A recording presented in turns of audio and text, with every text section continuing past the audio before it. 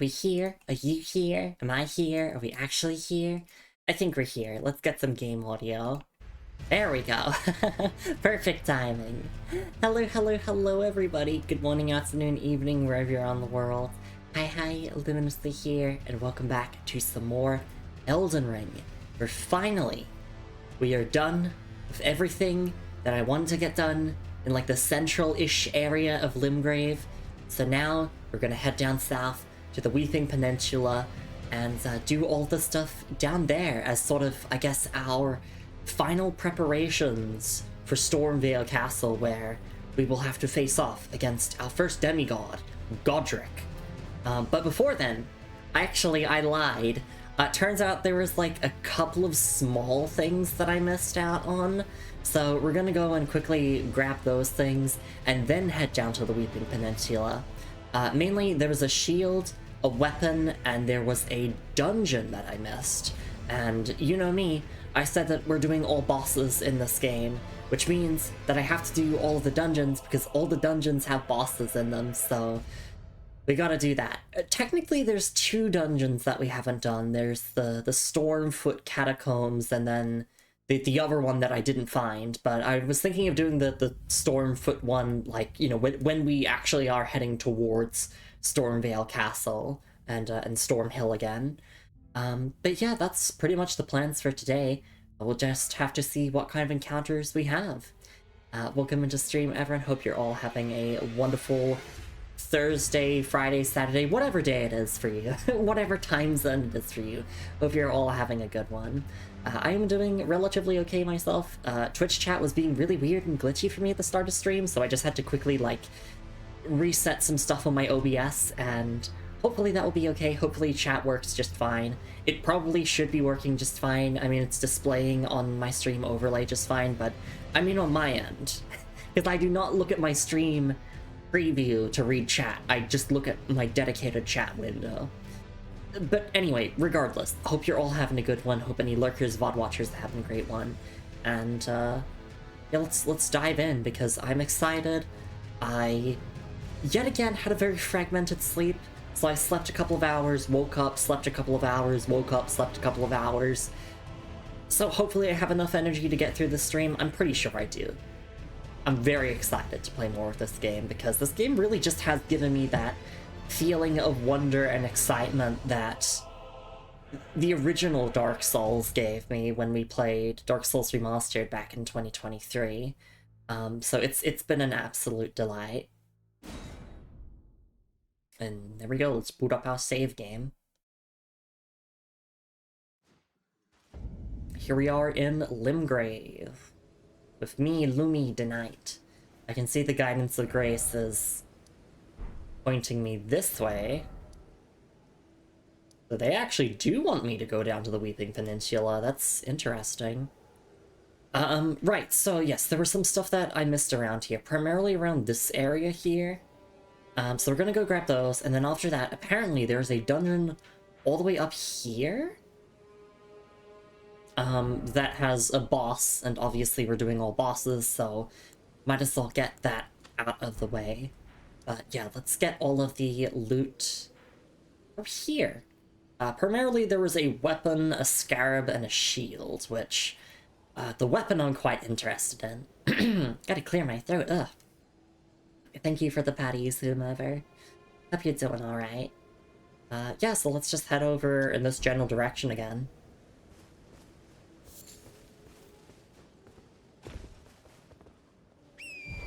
We can also take out this Kadeen mercenary. I would love to get the full equipment that they have, but unfortunately it is a random draw.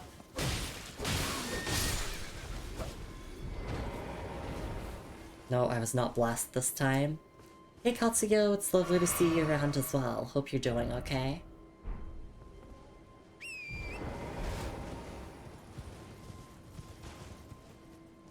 What does this say? Oh, it's kind of hard to micro-adjust my position on Torrent. Giant ahead. Be wary of strong foe. Be wary of Mimicry, accept precious item ahead. Oh, you? Just getting started ahead. Be wary of attacking and then visions the beast.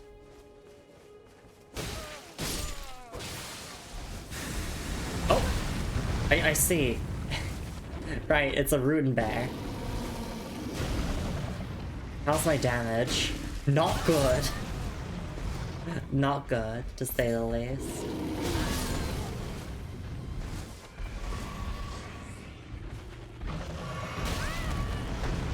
But we do have bleed. We have the power bleed on our side.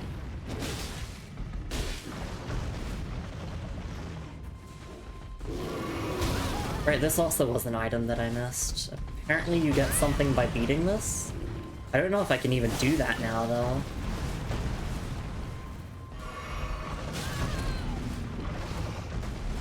Because this thing will not stop moving. Why don't you get on Torrent, Lumi? Have you considered getting on Torrent? No, I will not. The horse does not need to be involved in this.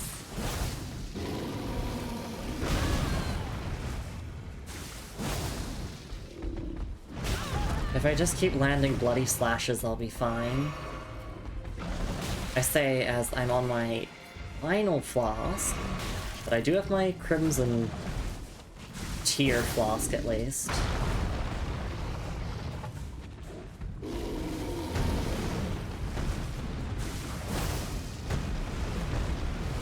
Okay, one more hit. There we go.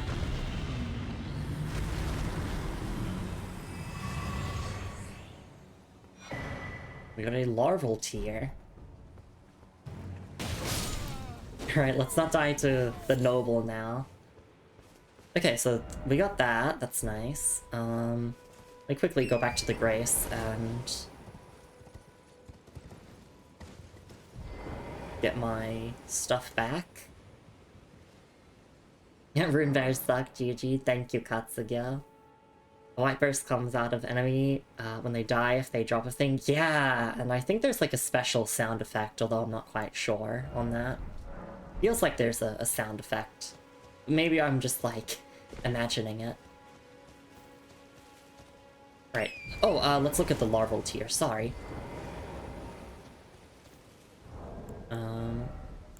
Here we go. Larval tier.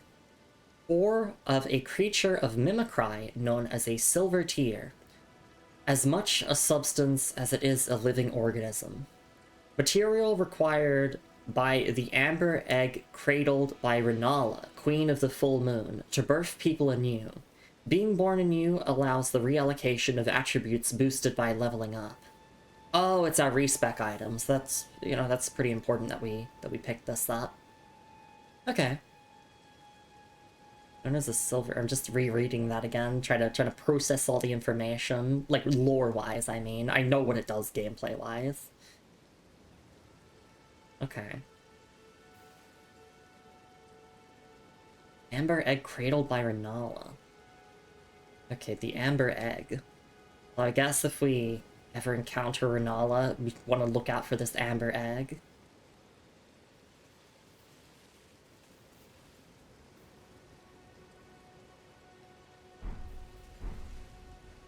Alright. Wilder loves that item. He does! I was trying not to say, oh yeah, that's what Wilder uses in Night Rain for his ending. He respect into Night Lord. Let me stop here for a second. Gotta shout out my partner Moon, of course. She absolutely deserves it. She does so much work here on my channel, and she also streams herself. And maybe gonna play more Elden Ring after my stream here. Or during my stream, actually. Depending on how long I go for. And she's a lot further on in the game than I am, so if you're interested in more mid to late game Elden Ring stream content, then Moon's your gal. Yeah, so there was a chest here that we missed.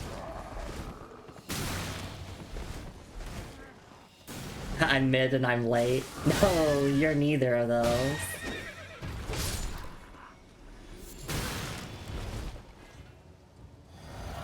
Oops, that was my wondrous flask, but that's fine.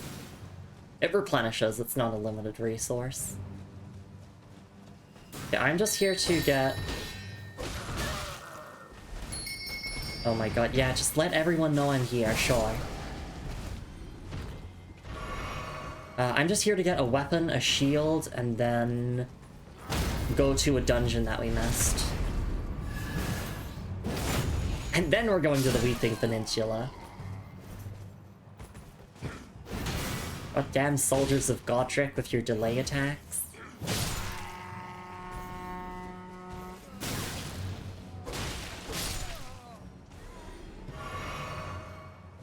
Alright, so here is the chest. The Great Epi, or Epi. The Great Epi, that's what I am. I really wanted to get it. Firstly because, you know, its name, but also because it is a heavy thrusting sword, and those are quite fun to use.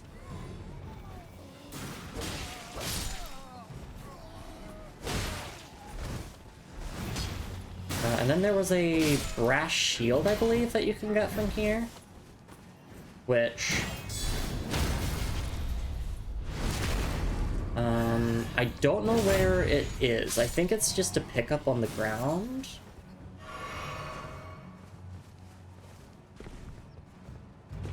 But I'll look for it.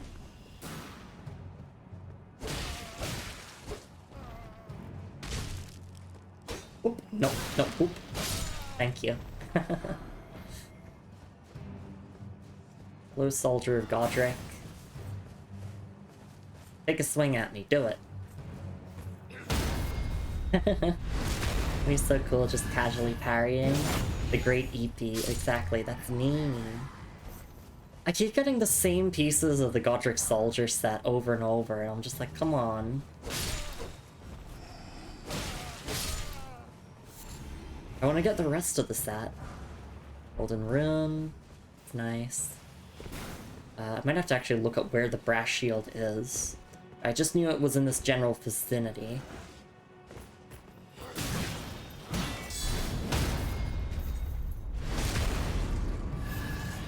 I want some candy. Don't we all? I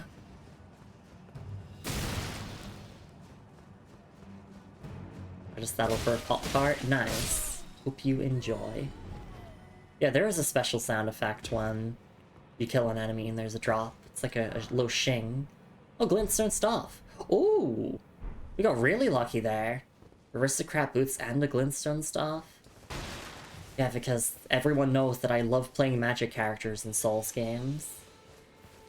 You know, it's like, oh yeah, Lumi, yeah. He's gonna play a caster in Elden Ring, right? Right? What a funny joke. Yeah, I should probably just look up the location of the shield here.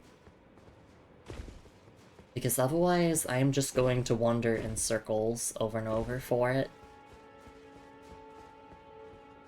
We got the larval tier, we got the Great Epi.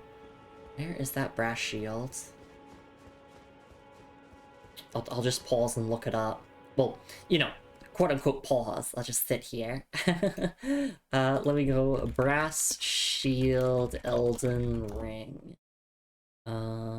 Or is it a drop? Oh, wait, it's just a drop. I see. It's not guaranteed. Oh, that explains. Okay. It's just like, that's the shield that the Godric soldiers use, and it looks really cool, so it's like, oh yeah, I'd love to get that, but that's fine. I weep, Peninsula. Hey Alex, it's lovely to see you around. We're just doing some backtracking for some goodies that I missed, and a dungeon, and then we're going to the Weeping Peninsula.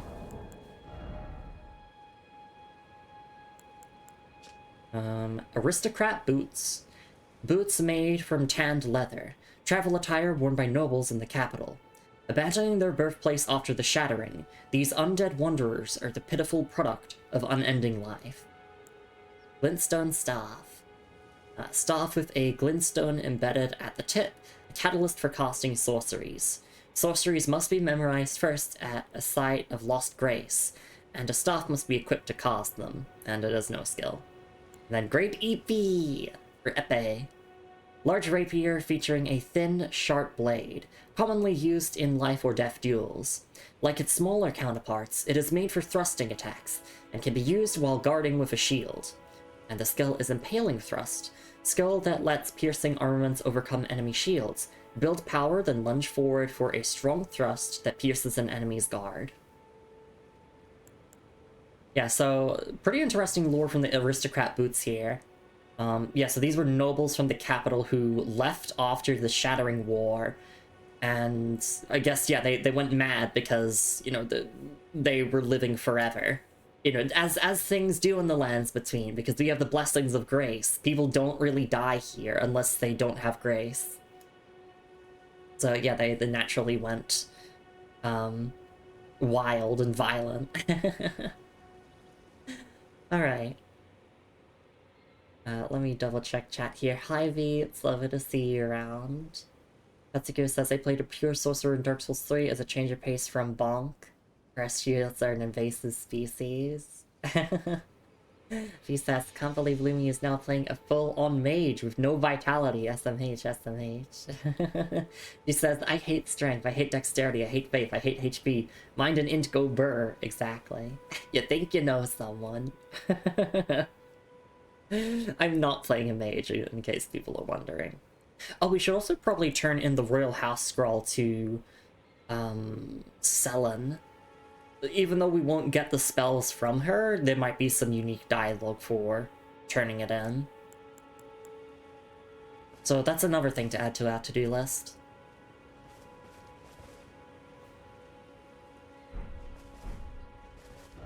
Alright, let's actually just fast travel and go say hi to her.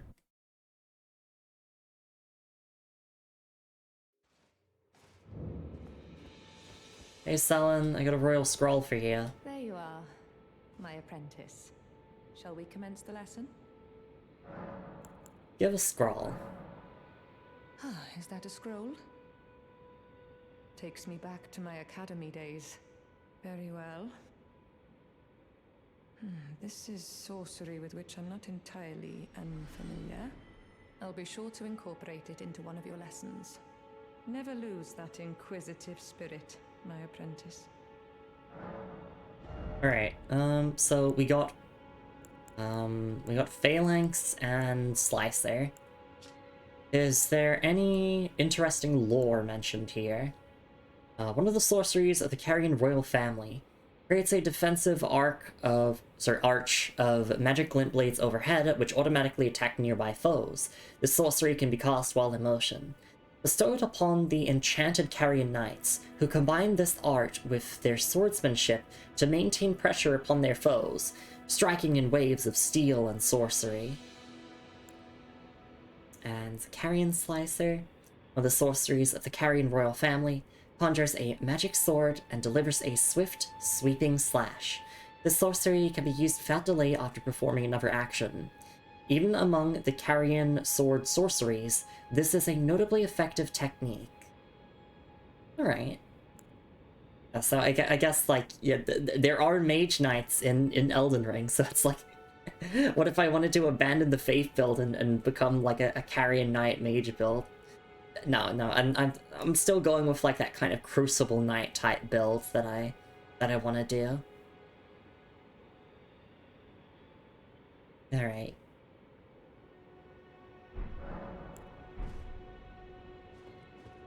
Hey, Sister Lumi, how's the Elden Ring? Hello, Cosmic Cowboy. Hope you're doing all right. It's going lovely, thank you. Just made sure to hand over that scroll to Selen. And now apparently, yes, there was a dungeon all the way up here that I didn't do. There's another dungeon here, Stormfruit Catacombs. I haven't done that one yet. I'm just gonna save that one until, like, we start heading towards Stormvale Castle. So for now, we can just go to Murkwater Catacombs and then backtrack out. Is it usually called Spellblades? Yeah. You can be a Spellblade in Elden Ring. Am I going the right way? Yes, I am. It's just very dark here. Oh god, how do I get up there, though? That is a question. I guess Torrent has the answer for me.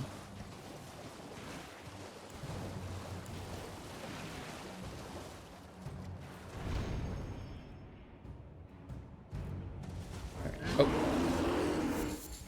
Hey, bears. Nice to see you around. Probably... Right, I don't like that I can't pull up the map while I'm in combat. If I can do that in Night Rain, why can't I do it here? Like, I'm moving on Torrent, it's not like I'm gonna get hit. Yeah, well, there we go, I've made it over now. Not here! Bet that the map in this game is huge. It is. There is a lot to find and a lot to discover, and I want to be as thorough as possible in this first playthrough, so we are referring to general progression guides and NPC questline guides. Because I want to try and see everything in a single playthrough. But, you know, aside from all the different endings, because you can only do one per playthrough. Night Rain. Yeah, I do recognize this from Night Rain.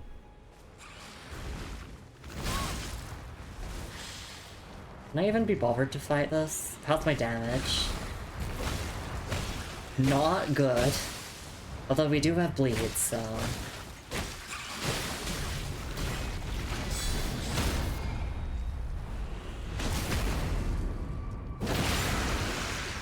Okay, Riposte just instantly finished them off. Oh wait, no.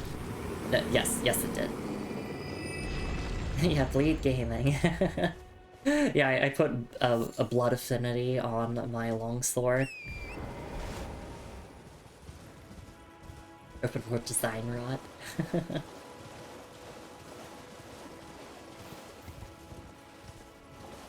Alright.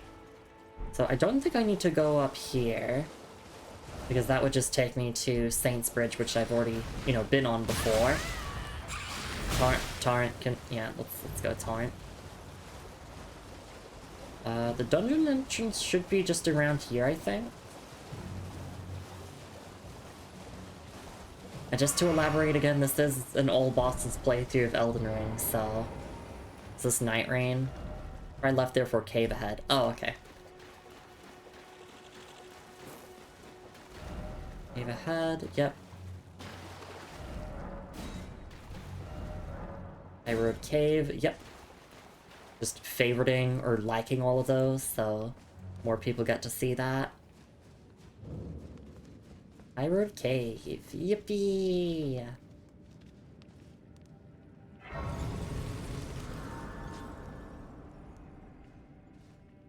Alright, can I get a level? Not yet, no. Rocking a bleed during a crit causes a weird reaction when the death animation is delayed. So literally, Maya wa mo shinderu moment. Or takes them a moment to realize that yes, they are in fact dead.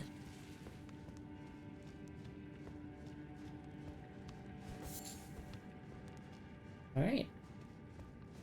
Time to do another dungeon.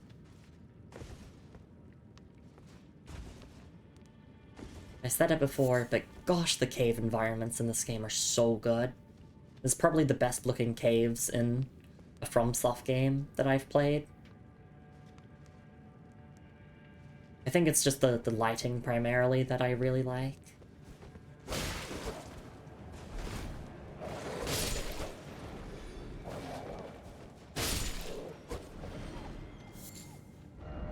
No item ahead. Hidden path ahead. I think you mean liar ahead. I will give a special shout out though to Dark Souls 2's caves, because they look really good as well. FromSoft knows how to do dark really well now, they do. Especially with like modern technology.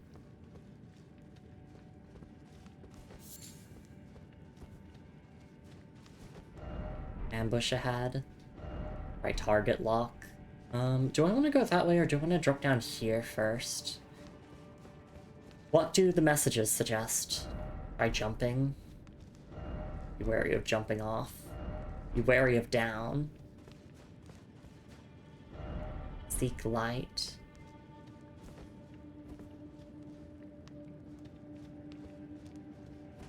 Can't squish through there, nope.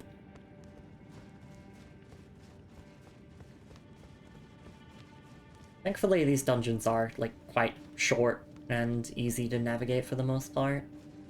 Oh, so this is where we dropped down from, actually. I'm just starting to remember that. So we started here, we went through here, we killed some wolves on this side. Let's not fall down here. Now let's just go this way and we can go back to that drop down later. A bunch of wolves. Who needs blocking when you can just press R1 a bunch of times?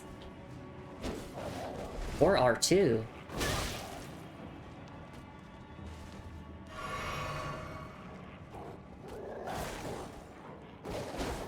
Oh, that charge heavy missed. So close. But yeah, bleed just kind of gets the job done.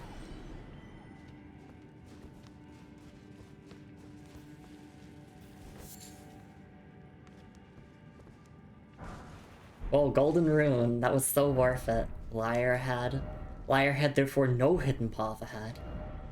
Why is it always pack? I'm assuming there was someone saying like, oh, there's a hidden wall here.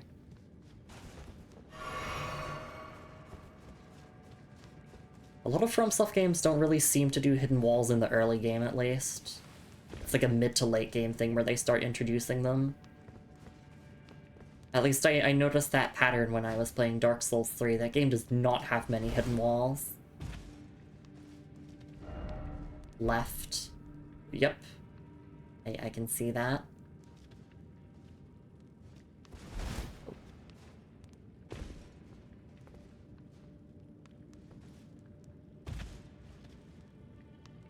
Alright, I guess we could just drop all the way down.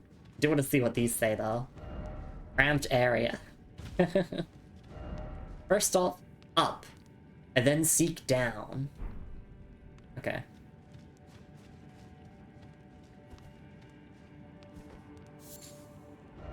Didn't expect grass. Something incredible. Dark Souls 3 is not made for fun, it's made for nostalgia. I think 3 is fun. I think it has the best combat and the best bosses of the trilogy. I just think that it fails in having, like, good level design. Does not have many hidden walls, the location for Lightning Arrow and Ringed City. Okay, that is true. I should have said in the base game.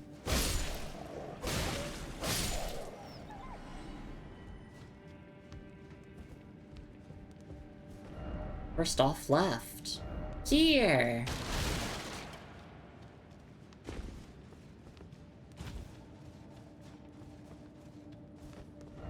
Be wary of left. First off, left. Yeah, because it's a wolf. See, I don't need Twitch chat to backseat me when the messages can do it for me anyway. No horse ahead. That was not a horse. Drop down there, potentially, or what if I backtracked?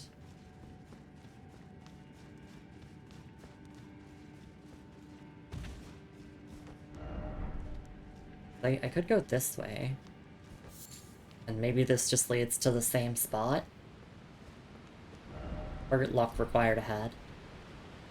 Yeah, pro tip, especially like for Dark Souls 2, or just any Souls-like in general, just walk into a room and press the lock-on button, and you'll immediately know where the enemies are. You get to have perfect perception. Yeah, doggle, the more dog. You know what? Bathe in the golden order. Yeah, take that.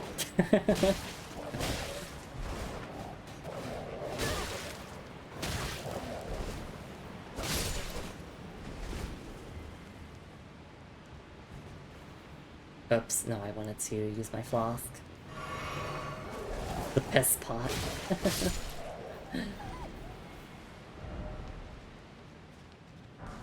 Go some fire grease. Liar head.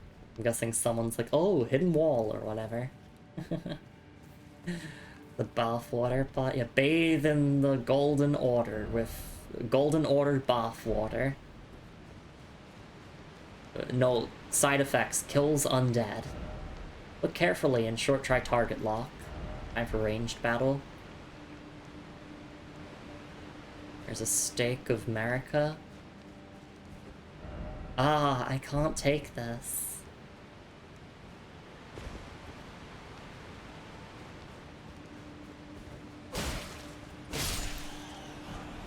Nice, got a smithing stone. Hi, bats. Hi, bats. Okay, I see what they mean by try ranged battle.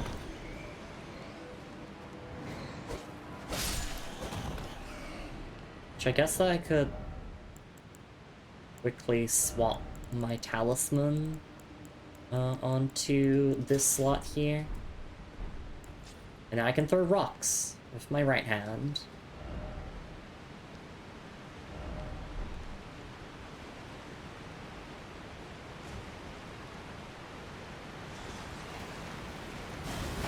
Go rocks! Ow.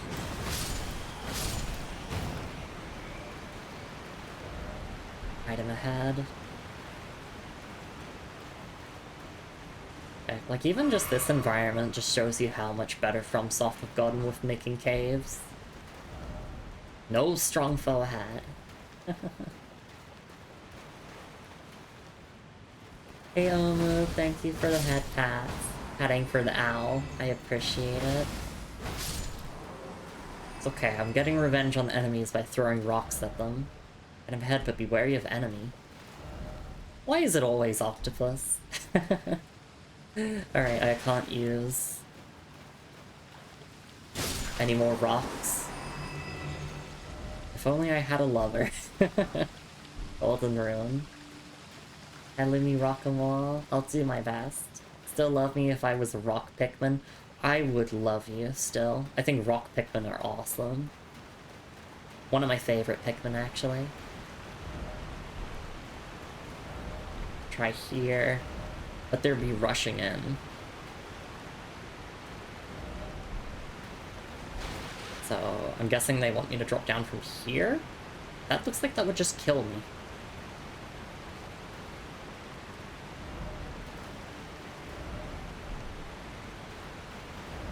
You sure about doing this? Yeah, that person just died there. I can't call Torrent here, can I?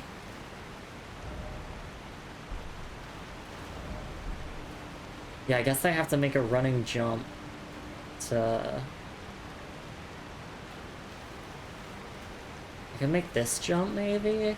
Oh god, I don't like this platforming. Yeah, okay. Fuck it, we ball, fuck it, we ball, fuck it, we ball, fuck it, we ball. No! That was close. I'll take that. That was close enough. There's a stake of America right there, so... it'll be fine.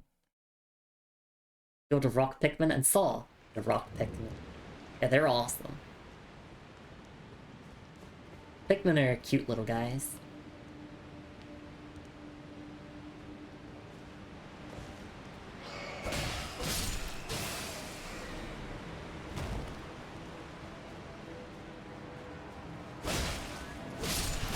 I'm just gonna clear out all of the bats again, because I do not want them bothering me while I'm trying to do parkour.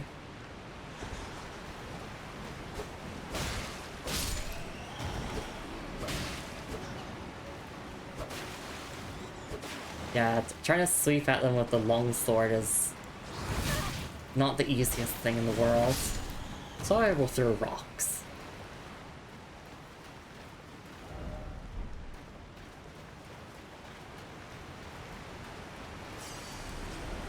Okay, how do we actually make this jump? Do I jump there, or... This message was suggesting jumping from here? Oh, I see. That, yeah, that's a little bit easier to do, I guess. Oh, because I overshot it. You don't have to do a jump, I don't think. You can just drop down. And then I think you do a jump. Yeah, just drop down. I'm silly. I'm overcomplicating it.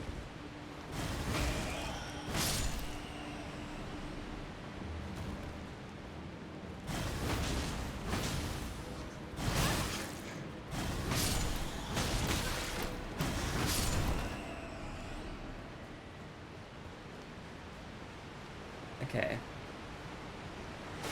Grab my runes and just drop down. There we go. The back fell. Now they get to experience what I did. Oh, hi there. Oh no, oh, don't grab me. Please don't fight me on this cramped platform. Thank you. Okay, now I can do that jump. First off, right. Try target lock. Yeah, let me do a plunging attack. Ooh, Shamshir. We'll check out all of our loot once we get out of this place.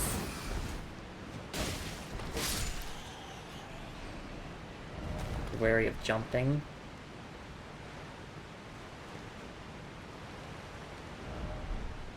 I mean, there's not really any point to jumping over there. I could jump this way, though. Or I can go this way? Let's just jump here. Likely enemy. Be wary of boss. Here! Is this an actual boss? Yes it is. Okay. Let's head back, then. As soon as I know where the boss is, you know, that just... Oh wait, I can't backtrack now. I don't think. I think I would just die. Yeah. Alright, well, I guess we have to do the boss.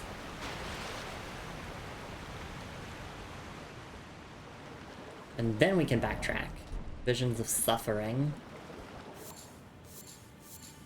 Bug. Yes, thanks for all the fireflies. Visions of laggardly sort. Didn't expect rain. Time for joy. Alright, before we head in, let's quickly take a look at our haul. Shamshir. Curved sword with a thin blade of ample length. Light of weight despite its larger size, its slicing attacks come in rapid succession. A devastatingly powerful weapon in the hands of a skilled swordsman. And the skill is Spinning Slash, which we've seen before in a couple of weapons.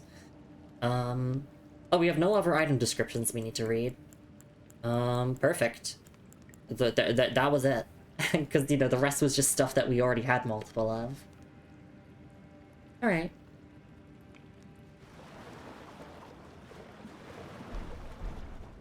Yeah, you would not believe your eyes. If 4 silver fireflies lit up the lands between as I streamed. Alright. Oh.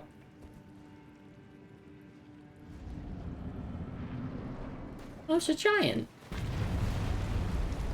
So all you have to do is just poise break them and then they die.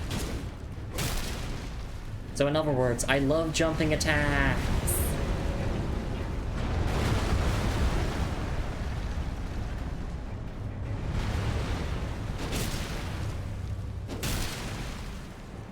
I love jump attack. And then in Night Rain this would one-shot. Well, it's not a guaranteed one-shot in Night Rain, but it like normally does.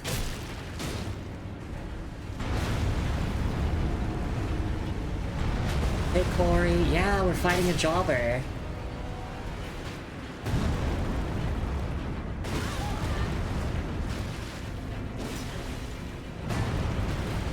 I don't care what they're doing.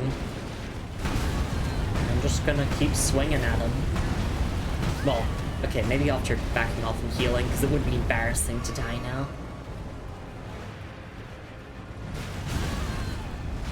That was delayed by 600 years.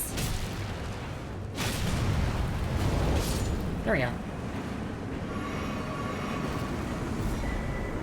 The blue dancer charm. Yippee! Alright, anything else to grab here? I mean, I guess we do need to backtrack still.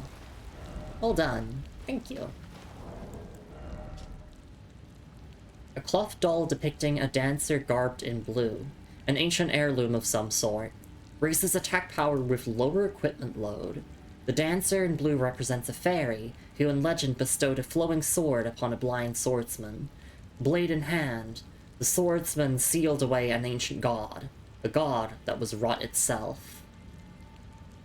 Interesting. I wonder if this is going to be relevant for later. I'll have to try and keep this in mind.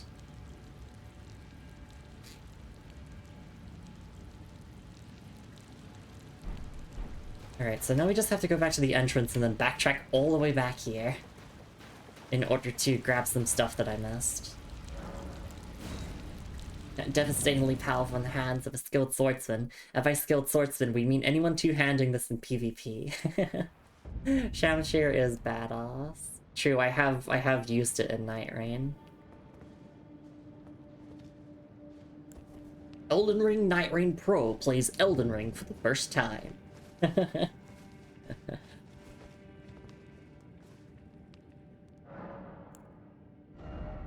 Alright, let's just put point into strength. Alright, and now we're just gonna rush through the entire dungeon again in order to see if there were any other extra goodies that I missed.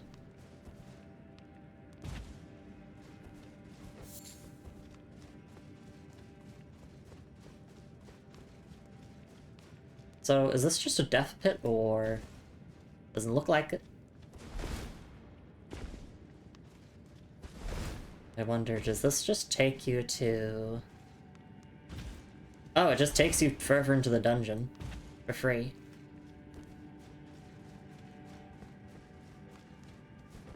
I was gonna say, like, oh, I guess that makes the boss run back easier, but no, we have Stakes of Marika.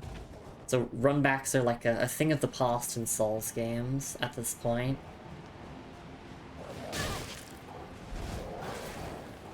I remember back in the day, if you died to Bed of Chaos, you had to spend like 2 whole fucking minutes running all the way back.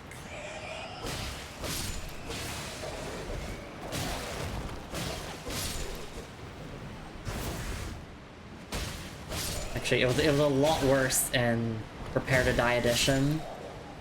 In Remaster, they added a like secret bonfire closer to Bed of Chaos. The run back is still really, really long, even with that new bonfire in Remaster, but you have to go from the very first Lost Izalith bonfire in the original release. So two had some runs too. Oh my god, Dark Lurker. Fucking Dark Lurker. Potentially one of the worst runbacks in Saul's history. I am a defender of runbacks. I think that they serve the purpose of giving the player some time to calm down and reflect between each of their boss attempts, rather than just letting them brute force it and get angry. But I will also concede and say that some runbacks are terrible. Oh yeah, Surlon, also terrible runback. A lot of the Dark Souls 2 DLC bosses have terrible runbacks. Especially, yeah, like the multiplayer focused ones. Like Surlon and fucking Frigid Outskirts. And all of that.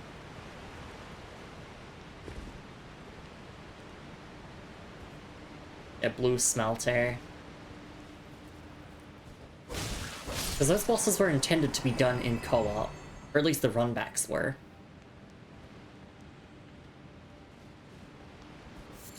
Alright, so we didn't go this way before.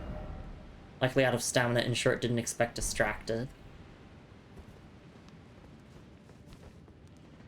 And that's just a dead Kadeen mercenary.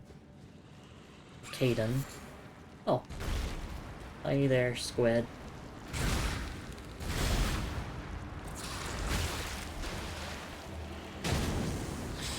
Yeah, I want to see what my fire damage is like.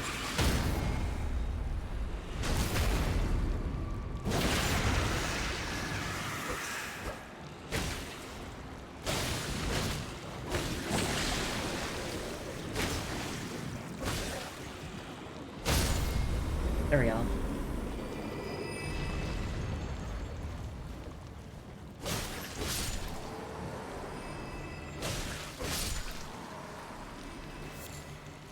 Okay, yeah, more land octopus ovaries. You know, the ones that have human blood in them?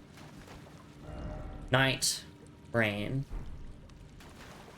Yes, that is rain.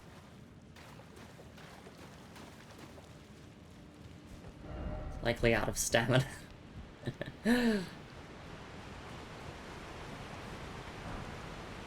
Oh!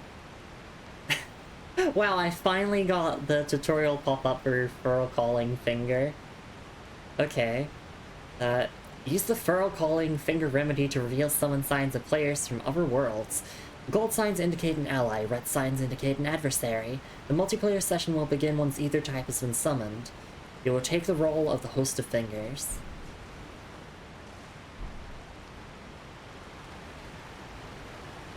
I wonder... Yeah, we can just do this. Alright. So there we go, we're done with this dungeon now, and we can finally head down to the Weeping Peninsula.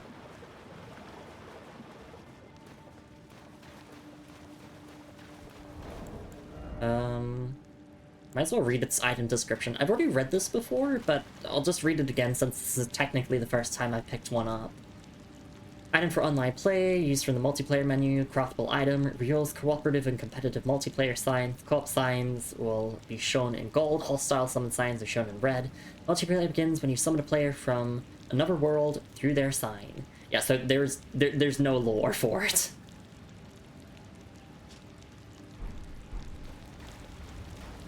It just explains its gameplay function.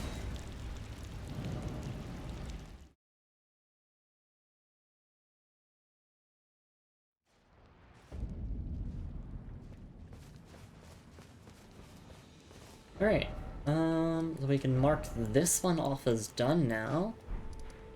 And... I guess we get going.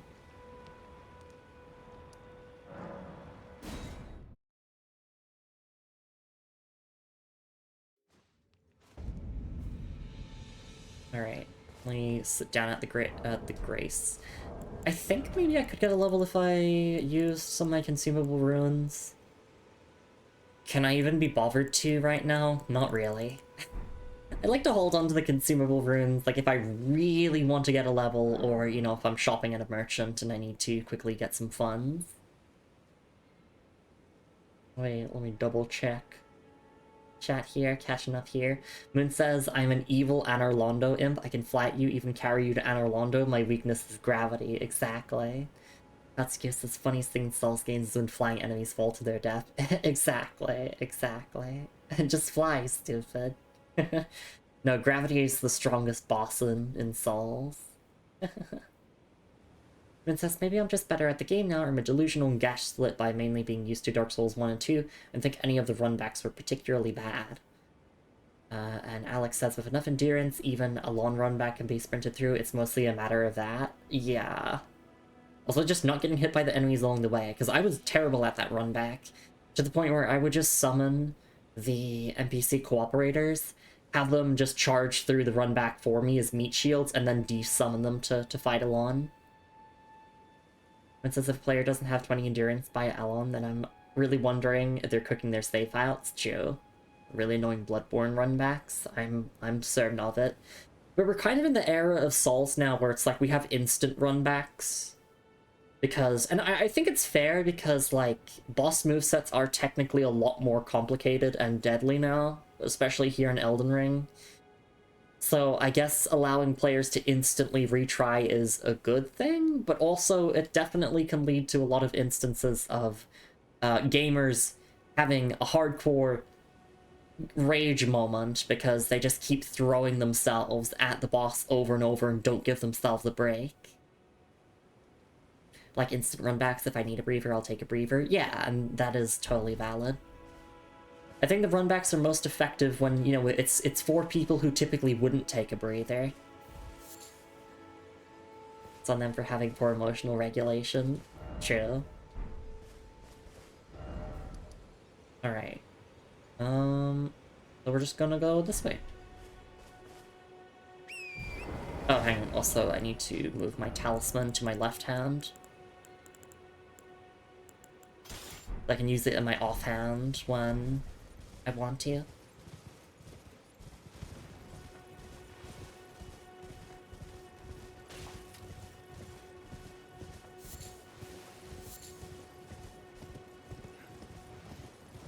Soldier of Godric.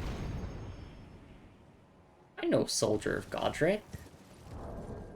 Did I? Yes, I did check all my item descriptions.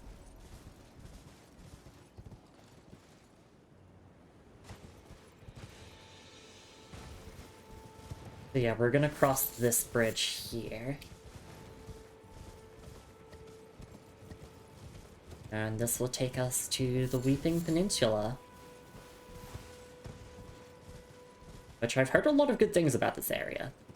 A lot of people really like it.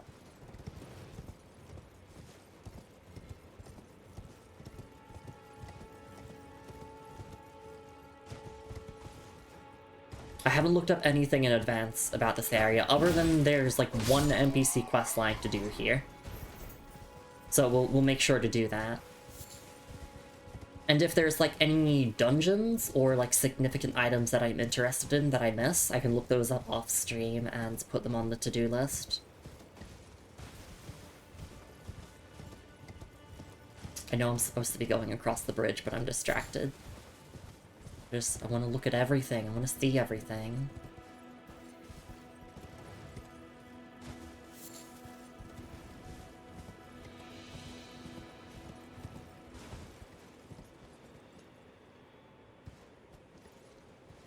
Would this be dog? That is a dog.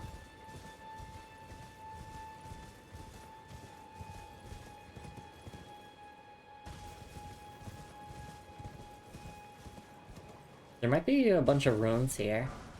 Yeah, there's always a lot of runes from the coffins here. Hey, ow, I'm just here to get some runes and go.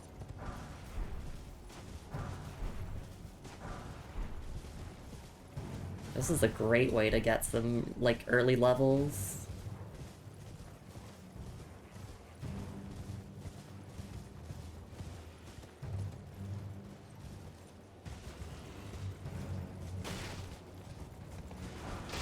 More golden runes, yay! God ahead.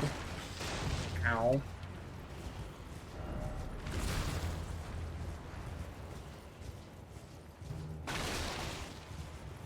Alright, I think that's enough wandering off the path that I intend to go on for now. If I pull up the map, then yeah, we've already been through the Mistwoods and like gotten everything major from there.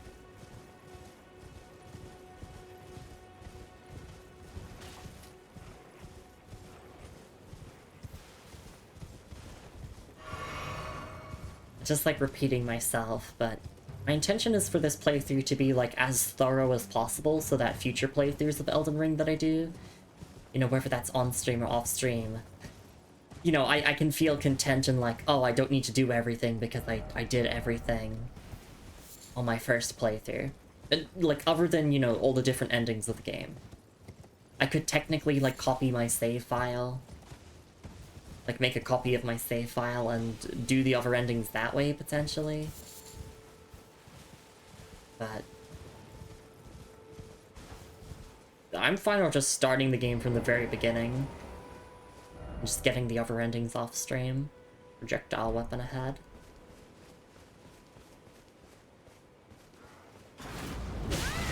Oh yeah! That's a ballista. Let's get through here. Oop. Hey!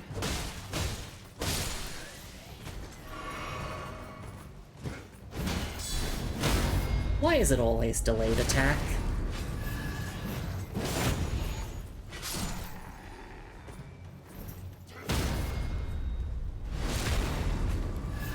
Oh, the soldier just jumped up here. Godric soldier helm. Give me the other parts of the Godric set.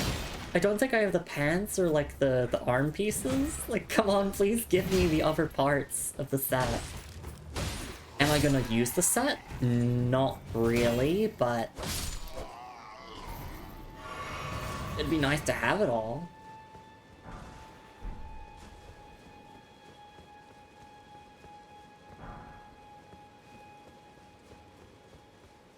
God, this game is so good.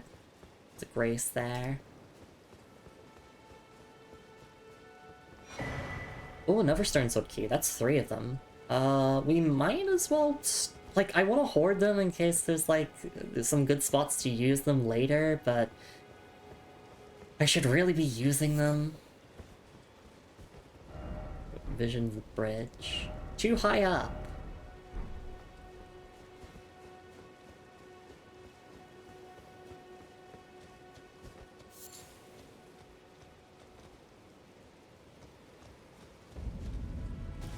Right, there we go. There's the title drop.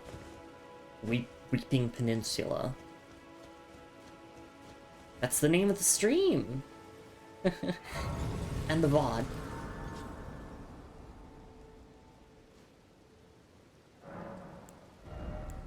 No level ahead. Alright, I could remove my marker now. Oh, actually, we should take a stretch and hydrate break. It has been an hour of stream. Course required ahead. Guidance of Grace is taking us this way, so that's worth noting. Yeah, let's take a break, and when we come back, we're just gonna spend the rest of the stream exploring the Weeping Peninsula. There's one quest to do here. We're gonna make sure to do that quest. I don't know if we'll get it done, like, all in this stream. Maybe we might need, like, 2 streams to get through Weeping Peninsula. But then after that, we got Stormvale Castle, which will be very, very exciting. 'Cause to me, that kind of feels like the end point of, like, the early game, perhaps. Like, that's how it's felt to me. That's how the game's, like, kind of hyped up Stormvale Castle in the narrative. It's like, this is going to be, like, you know, your first major boss fight, and, like, this is going to be the end point of the early game, and where, like, you know, you get out of Limgrave, and, you know, like, the whole world's out there. I mean, I know you could just go to the other region straight, you know, out the gate, but... you know, if you're playing in a linear fashion like I am, then it kind of feels that way. Anyway, that's enough yapping for me. I am gonna go grab myself some water. I'm gonna go stretch, and I'll be back in a couple minutes with some more Elden Ring. We'll see you all then.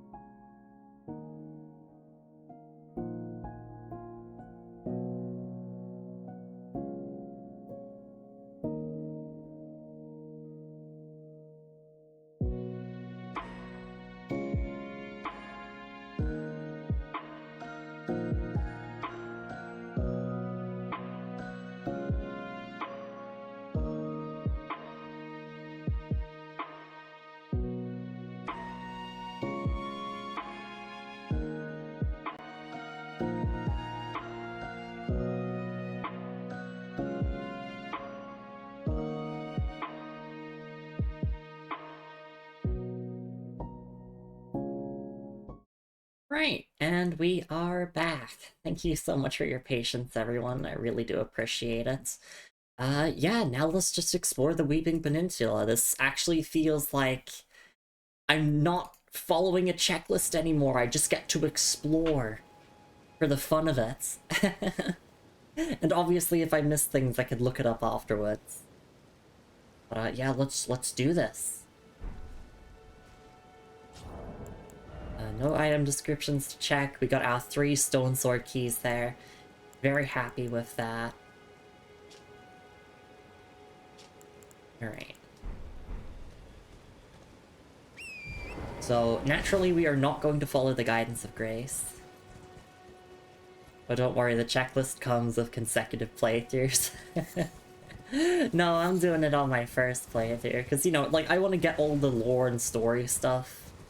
So, you know, I'm trying to make sure to get all of the items that interest me, and also, try to do all the NPC quest lines. At least, you know, like, ones that aren't mutually exclusive.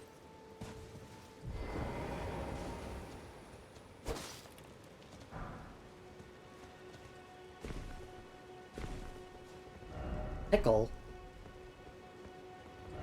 Be wary of regret. Actually, the first thing we should do is probably find the map for this area. But also, I'm free! I don't have to think about a map. Still no target lock.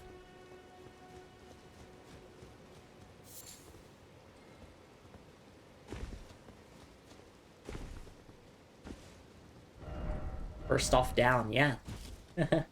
Except I will die if I make that jump. So... unless I could, like, slip along somewhere. No.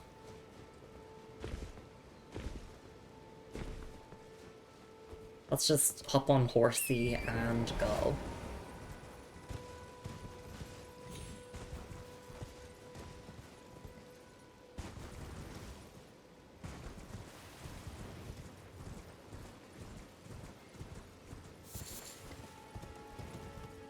I'm just gonna have my hands permanently with the crab grip so I can keep mashing the interact button. Oh, NPC. I'll put away my weapon. I'm ignoring the messages. Hello there. Hello? Is somebody there? Might I bend your ear for a moment, please? My name is Irina. I've escaped from Castle Morn to the south. The servants there have rebelled. I can't be sure what it is. My eyesight's been weak since birth, you see. But I swear I heard frightful howling from all over. My good father secreted me out the castle, but decided himself to stay. He says it's his duty. As commander. I fear for father's life. The servants are full wrath, filled with hatred for every one of us. They've since come for every one of the companions I escaped with. They haven't spared a soul. I fear it's no different at Castle Morn. Please, I implore you, would you mind taking a letter to my father? At the castle, my sole wish is that he escape, even if his honor should be the price. Please. I just want him to be safe. Thank you, dearly. Then please, take this. Deliver it to my father, who remains in the castle, if you please.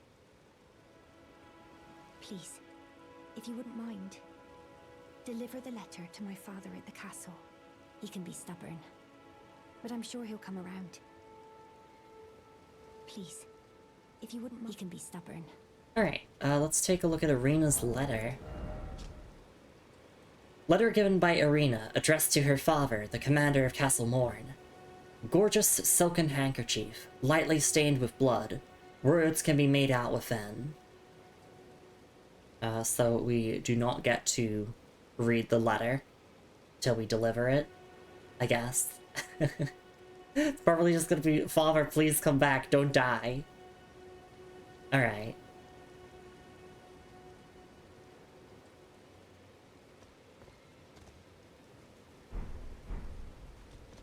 please.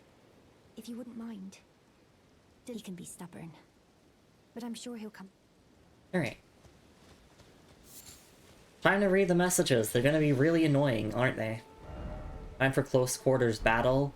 Get it? Because she has poor eyesight? It's so funny. Keep at it, from soft players. Oh god. Horse butt, what? No, I didn't mean to say horse butt. I think I just said something. I said something regarding torrent, then comma, but. Since your questline takes you to Caelid as the heads up, you don't have to worry about that for now, if it's the one I'm thinking of. Oh, it's a different questline. Okay, a different castle. Yeah. Some people literally murder this NPC for a niche purpose. Oh, I thought it was just a joke about her being blind.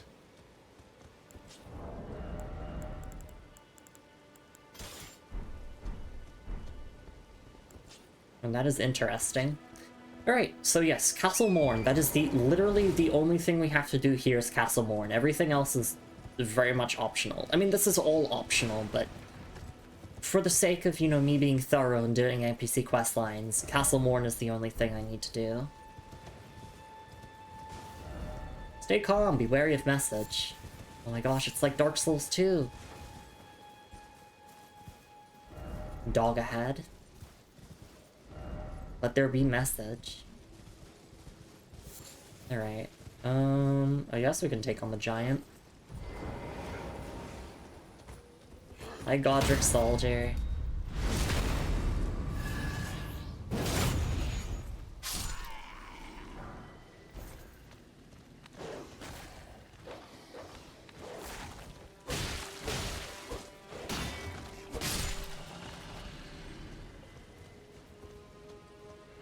Great. And boop. And boop. And boop.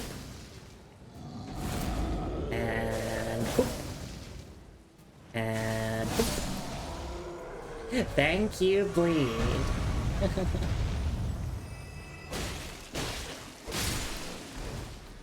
This weapon skill is also just, like, really good as well. Long range, tons of damage, nice bleed build-up. Got everything. White flash.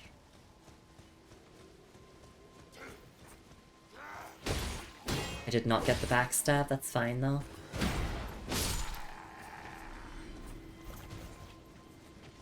There should be a chest here. Morning Star, yippee!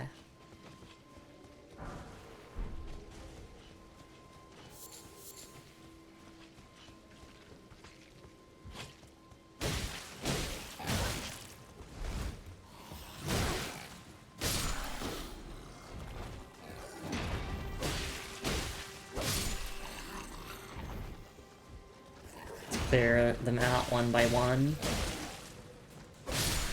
Yeah, I should probably just two-hand for better damage.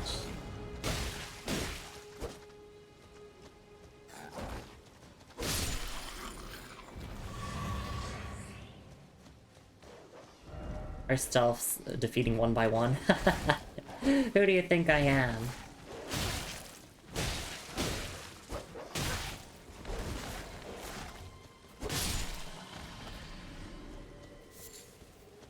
We're gonna some thrust motion attacks in this one. Ooh, okay. And sucker for bludgeon on a stick, yeah! I mean, in Dark Souls 2, we just used the regular Os mace for like 90% of the playthrough. Or like 99% of the playthrough.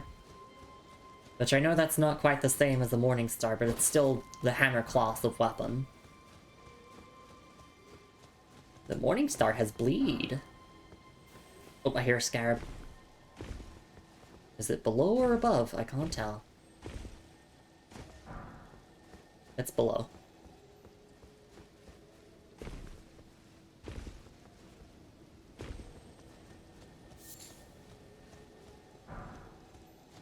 Gotta get all my crafting materials.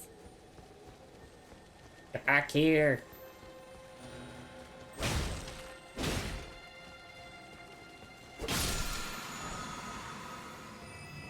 Here you go, mighty shot. And it looks like there is something up on these ruins here.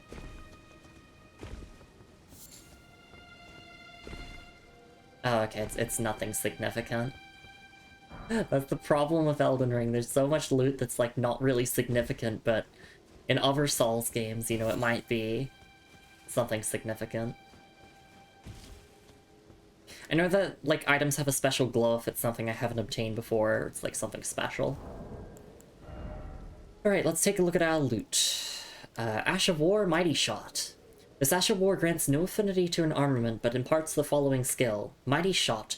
Archery skill performed from an oblique stance. Ready the bow, then pull the bowstring to its limit to enhance the power of the shot, penetrating the enemy's guard. Usable on light bows and longbows. And the Morning Star. Battle hammer comprised of a globe attached to a handle. Though a bludgeon dealing striking damage, the appellative star is covered in spikes which cause blood loss. Ironic given its graceful name, this weapon often reeks of blood. And the skill is Kick. Hell yeah. Yeah, it's nice to have Kick. Back in my day, we had to flick our control stick forward and press R1 to kick. It was fucking janky as hell. Alright.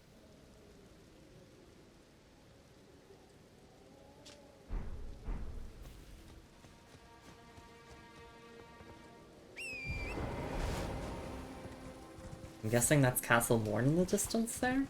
Or that could be a different castle. There could be multiple castles here. Oh, be wary of Knight, boss ahead. Yeah, look, it's Knight's Cavalry.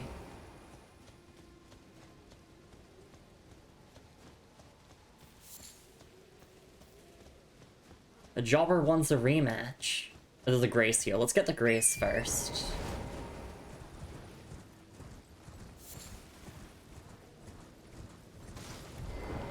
I say Jobber despite the fact that, like, you know, it took me a couple of goes to beat the first one.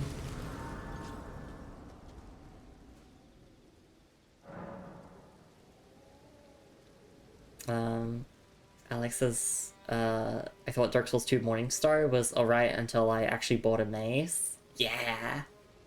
It says, big missed opportunity to call the Knight's Cavalry Morningstar the Night Star. From Leningrad, not IRL. No, you absolutely bought a mace IRL, absolutely. Fatsuko says, also, why is there not a Morningstar? The ball launches off and the reels back in you like a shooting star. That would be awesome. One says, do you want a Morningstar for Christmas? Would it be good to fight off possible burglars if they're armored? Sure.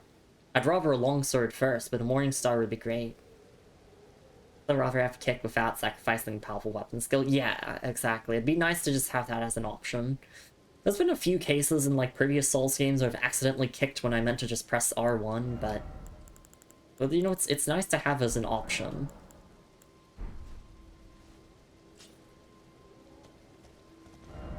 Try Spirit Spring, and then seek Tower. No.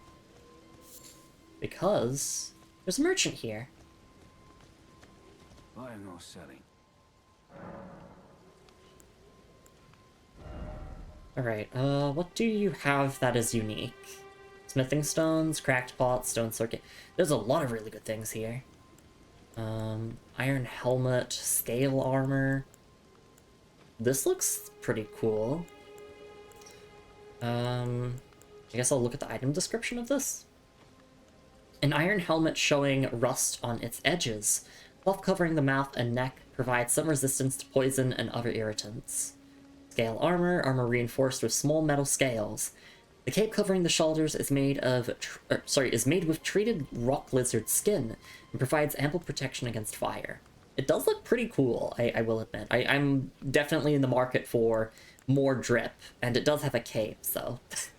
Well, look, it's the shortest item description in FromSoft history. Ordinary iron gauntlets. Well-made leather trousers, the lower legs are each bound in cord for ease of movement. Crimson Amber Medallion. Medallion with Crimson Amber inlaid boosts maximum HP. The Erdtree's old sap becomes amber, treasured as the most precious of jewels in the age of Godfrey, the first Elden Lord. A primordial life energy resides inside. Okay, that is interesting.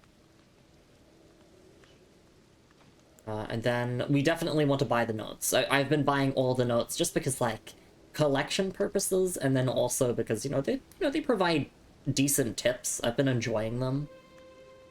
Note sold by a nomadic merchant contains information about demi-human mobs. Further details are available only to paying customers.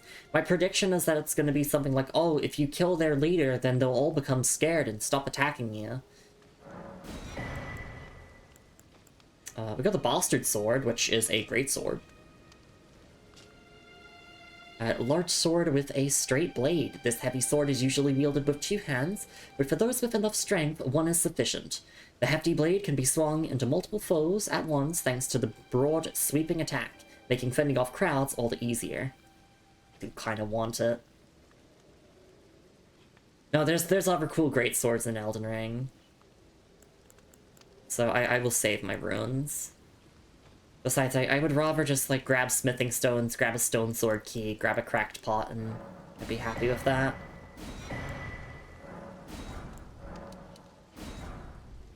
Alright, yeah, I'm happy with all that for now.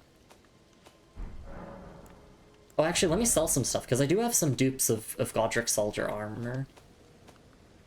There's literally no reason to keep them around. I got a rickety shield to sell. I want to have at least 1 of things in my inventory, so... Like, look how many tree and beast surcoats I have.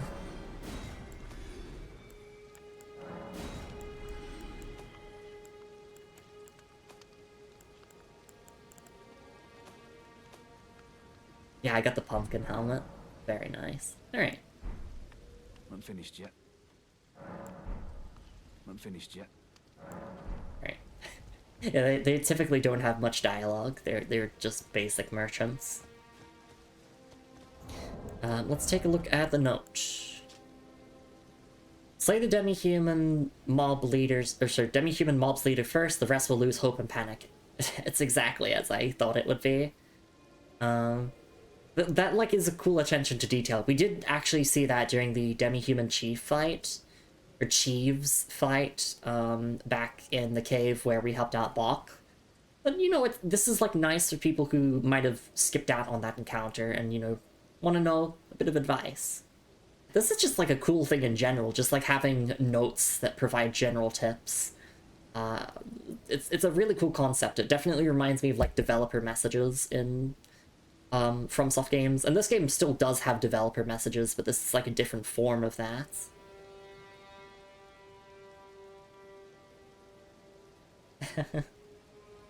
Atsukur says, you want to hear about my zombie apocalypse weapon? I want to make a flail with doorknobs on the other end of chains. Put weapon grease on it. Slob on the knob. Oh my goodness, that's beautiful. Great idea, Moon. Atsukur says that, like, all the merchants have different colored drip. Yeah, and the first one that you usually meet is Santa. You get to meet Santa Claus, or Kale Claus. Alright. Let's take on the Knight's Cavalry. I'll use my bloody longsword. Although Uchigatana has a bit more range, I think, so it could be better. I don't know. I'll try the longsword.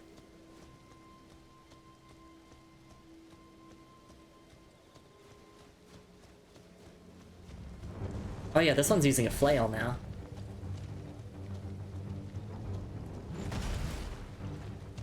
Yeah, the first one was a pain because they would not sit still. And I was like, yeah, that's the point of being on a horse.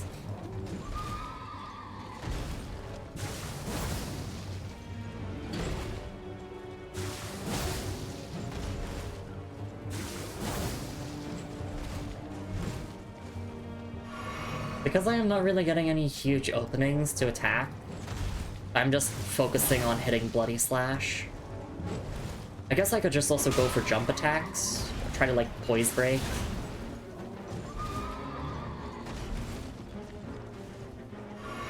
guess I could try guard counter as well. Maybe that could be good. I don't know.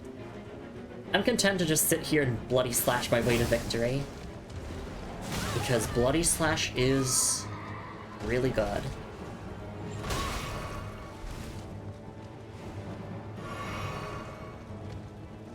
Yeah, come on, approach please. Can you approach?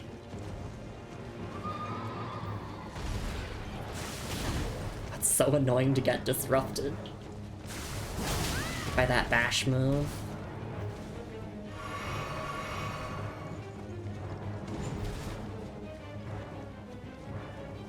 Lumi, why don't you hop on Torrent? You can make it a horse versus horse fight.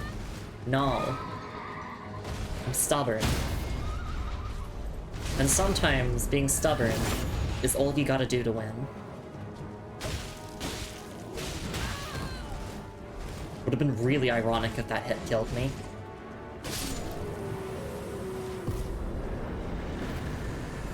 Okay, what do I get for that?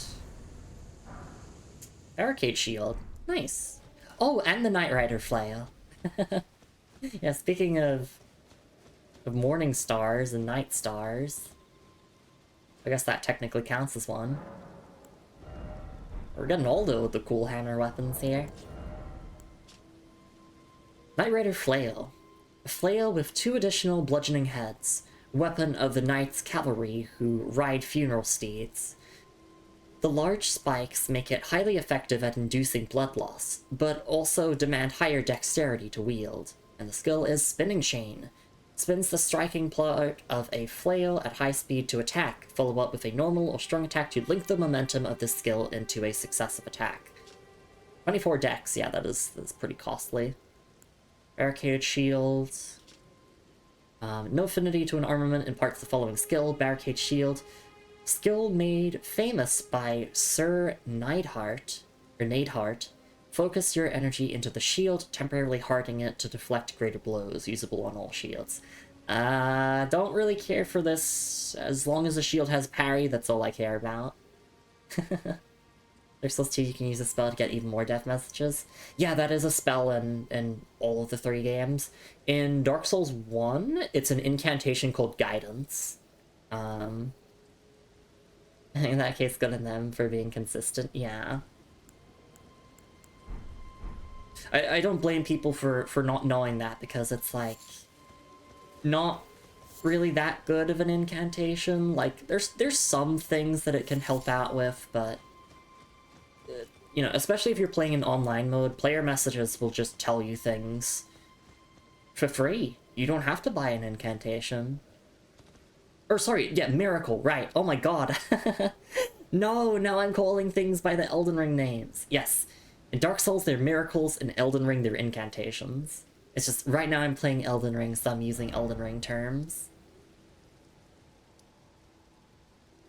Alright. Oh, the map piece is here, I say. Miracle Guidance. Some weapons in Dark Souls 3 also had it as a skill, unfortunately. In Miracles, I think of little floating life-save mints. Or lifesaver mints. Dark Souls 1.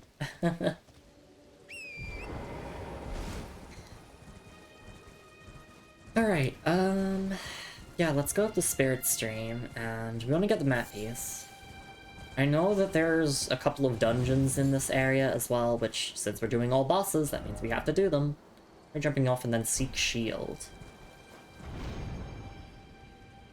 Up here? Green turtle, or sorry, great turtle shell. And a warming stone, let's go.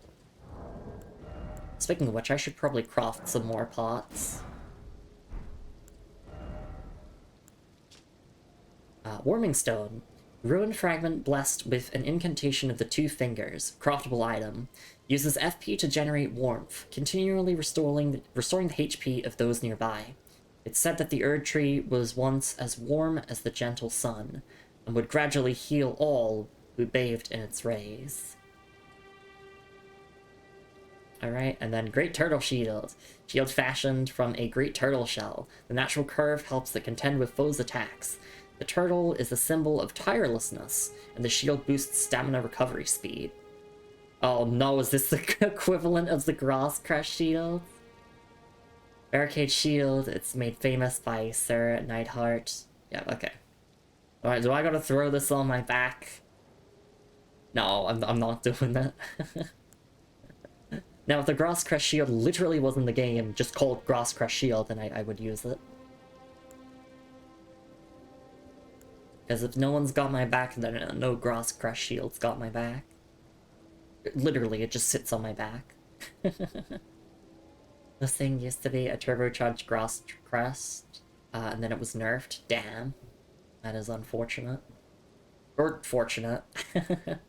I guess unfortunate for PvE, potentially fortunate for PvP.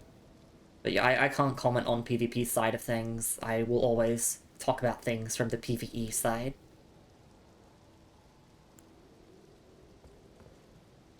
Alright, so I wonder what the recipe for warming stone is, if we could potentially make more of them.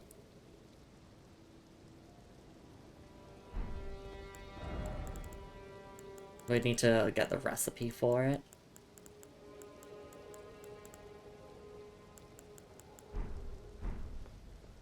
Recall anyone unironically using the shield in PvP is nerfed quite early on. I see. Yeah, how do I get safely down? I guess... Oh, from Torrent. That's right. Yeah, my embarrassing confession is that despite reading item descriptions and all the tutorials and whatnot, I completely forgot that, yes, you can go down these on Torrent.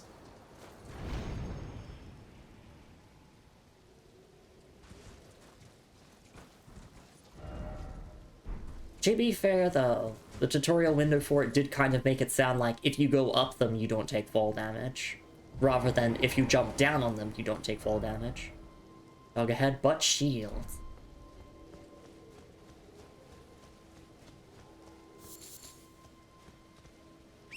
Oh, it's a sorcerer's rise. I guess you have to solve a puzzle to get in. Listen carefully, could this be a dog? What? What do you mean? Why were you pointing down? First, it's a great name. I like it a lot. It's a very cute name for a spectral steed. Okay. Ordis's Rise. Advance speed. And it confuses piracy. Exactly. Oh, woo! Sorry, dogs. Can I get a... Nope, I cannot get guard counter.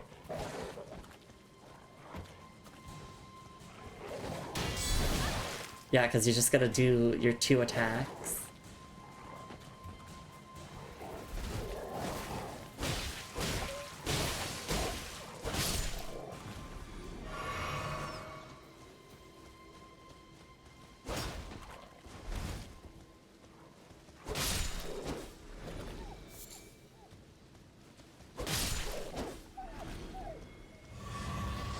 Alright. Now that those are out of the way, let's actually take a look at this. Seek 3 wise beasts. Owls, I'm assuming. Since owls are typically associated with wisdom, and I can hear owls in the area, so... Do I need to shoot them or just find them? That's for me to uncover.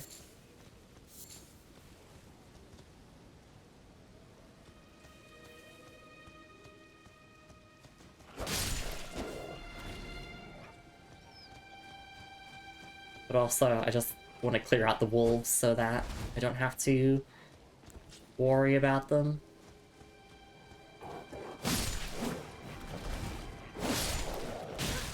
Oh, no, this is not the Nagakiba, this is the Uchigatana. Uchigatana good.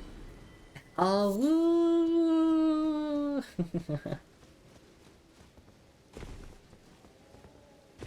Look, it's another ball.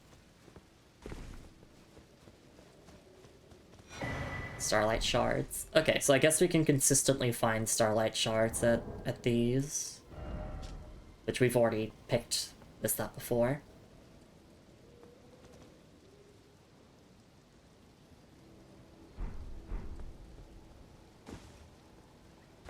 First when Dark Souls 1 was Uchi? Nice. I've never used it before in Dark Souls 1. Like, I've picked it up on many playthroughs, but I just never use it. I just like picking it up because it's a unique weapon. Oh. Oh, I see. There we go.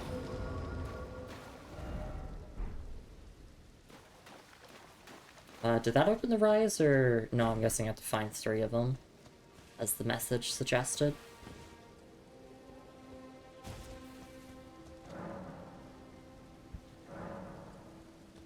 Okay, so no, we're actually looking for turtles?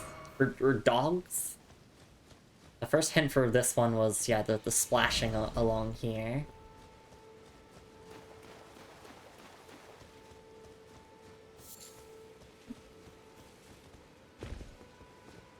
Would the other ones be?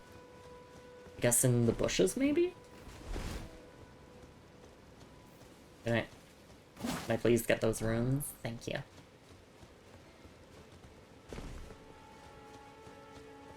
Or I could just wander around until player messages reveal the answers for me. I'm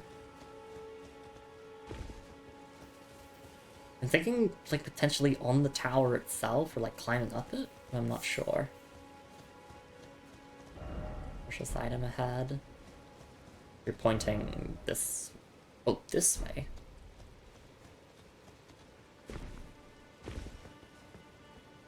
Oh, right.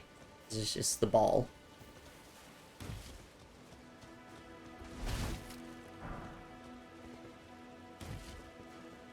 Yeah, I'm not sure where the turtles would be. I guess they can't be too far from the tower.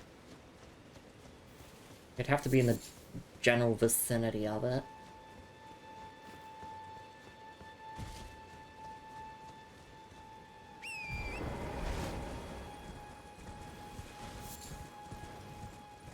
Could probably get that grace. Oh, there you are. Okay, that's 2. Where could the 3rd one be?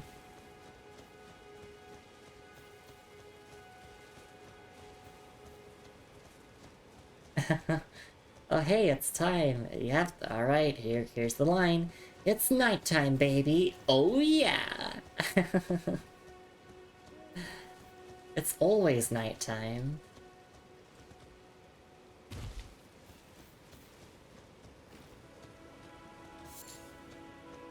I said the thing because you paid the channel points for me to say it. Let's be a beast, dog ahead.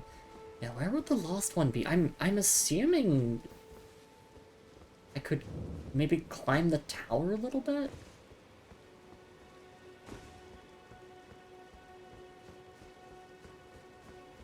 No.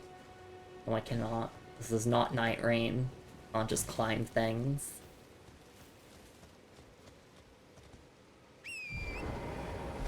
What if I just get on Torrent and just like zip around? I might be able to spot something a little bit easier that way.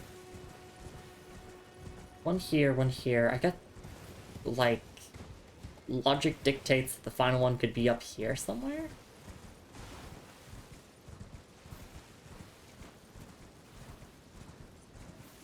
I was waiting until I, like, bump into something.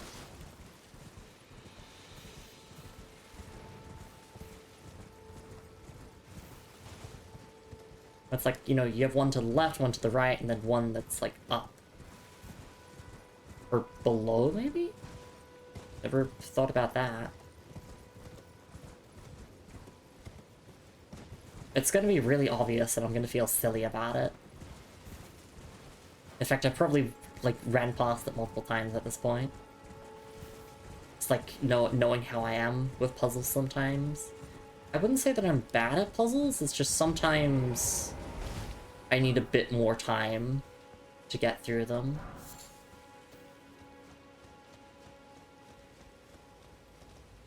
I'll just grab this grace.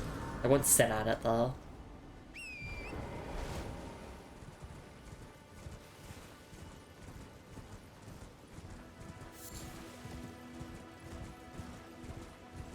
Save me, player messages, save me.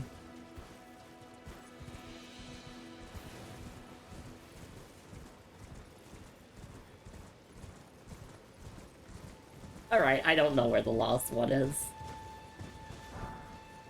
I'm okay with just being told the solution. There's one in the lake, one that was wandering the forest. It better not be something like, now equip the Great Turtle Shield on your back. You are the third turtle. Right, bush? Okay. I was assuming it would be something like that, but... just trying to see if I can, like, get any collision going.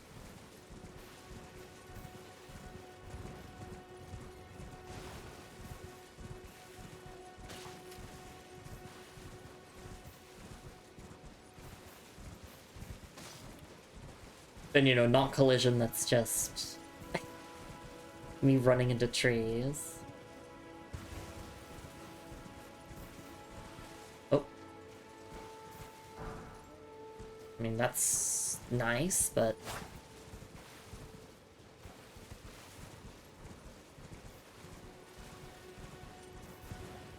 can I get a direction like north, south, east, or west to use my compass for?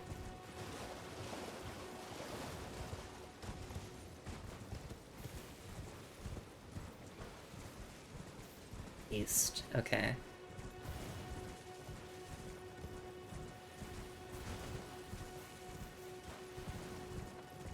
I feel like it's around here-ish, but...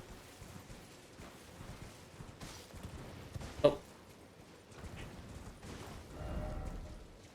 I just pressed... that's the same message I've read before, right? Yeah. I go on foot. Oh, here?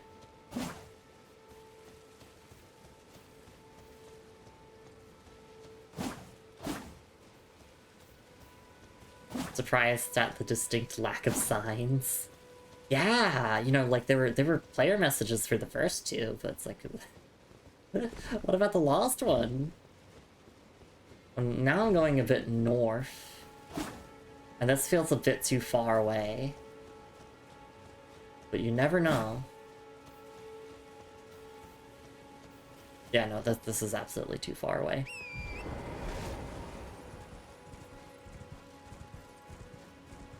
I'm gonna have my character just, like, face east. Yeah, this is such a headache.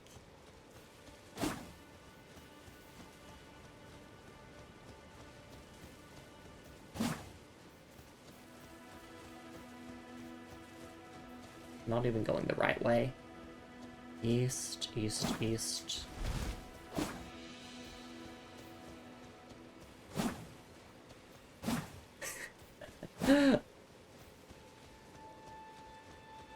Yeah, I don't think I can get this unless I just, like, run around wild and violent, slashing until I inevitably get it. Right, checking behind the imp statue. Okay.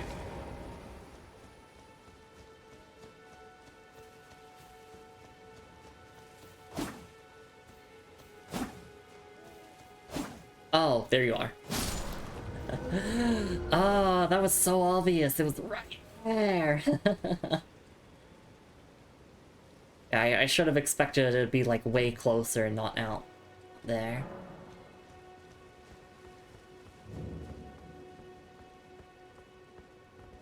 But thank you so much for the assistance, otherwise I would have needed to, like, stop and look up a video.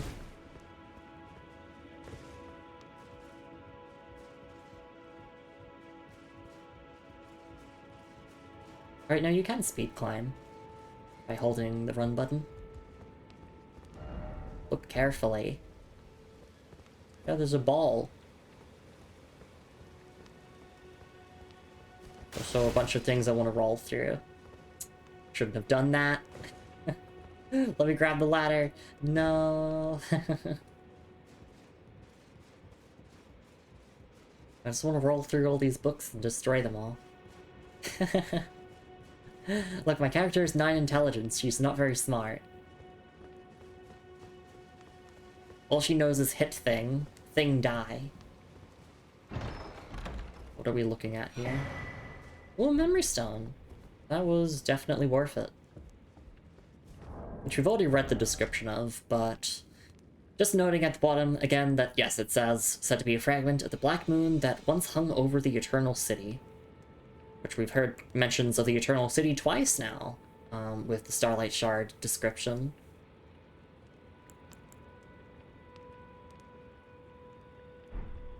I don't have to equip it, no. It just stays in my inventory and I get the benefit.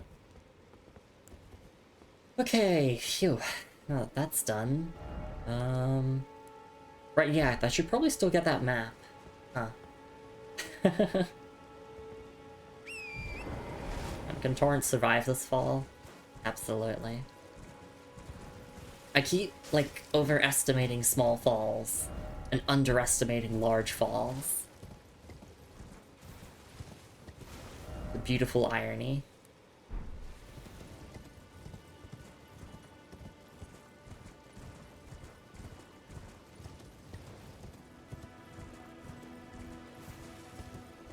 Iron E. Yeah, I have an E scaling in the iron stat. I guess we could check out this here as like a field of miners, I think? Oh. That was a really funny dismount.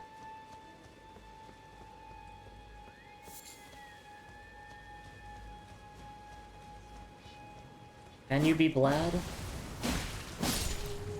Well, they die before I can even find out.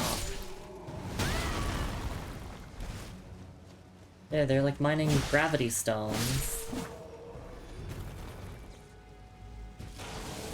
One of them's T-posing. Which, like, isn't... Oh, hang on. Hi, Alabaster Lord. It's nice to see you.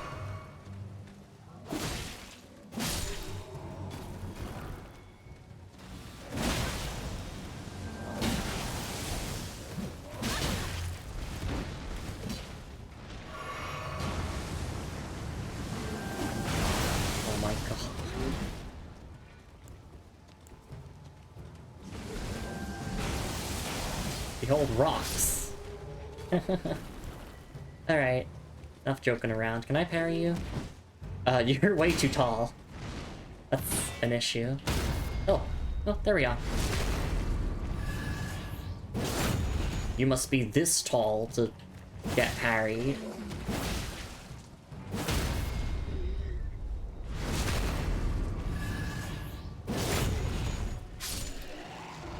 There we go.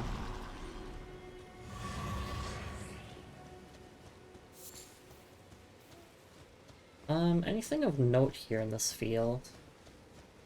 Not really.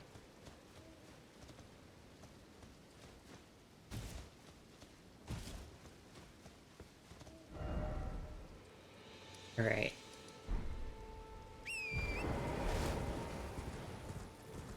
So I know I should be going to get the map, but also, like, I just want to run around. Find stuff naturally. That alabaster. Right, found why this place exists. I don't know, just give people some enemies to whack, I guess.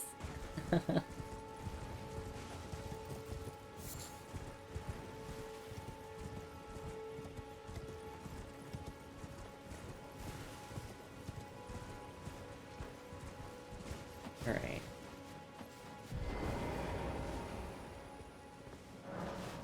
Guide and gatekeeper for those returning to the roots. Okay.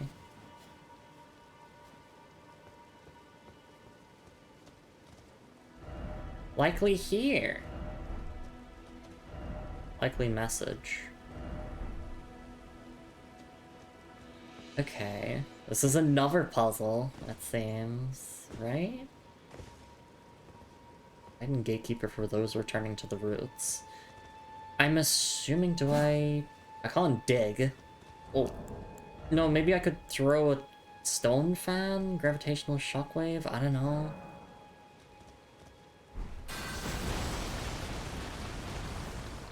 No.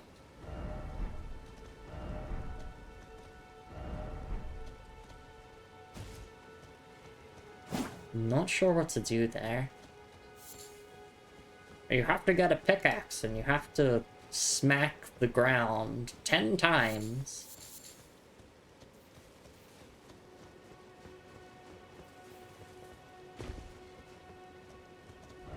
Lump sword ahead. Oh, Riverstone sword key. We are picking these up so easily. Seek underground tomb. Oh! Oh! That's what the guidance means! It doesn't literally mean that spot. It means underground at that spot. Oh. It didn't really occur to me that there would be a catacomb here, but no, that makes sense.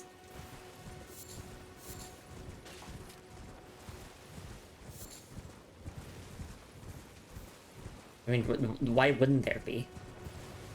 There's undead everywhere. And my job as the paladin of the Golden Order to destroy those that live in death. Or at least I'm trying to be a paladin, but you know, the irony is that I'm a tarnished. The Golden Order kind of doesn't like tarnished. So there's really no winning.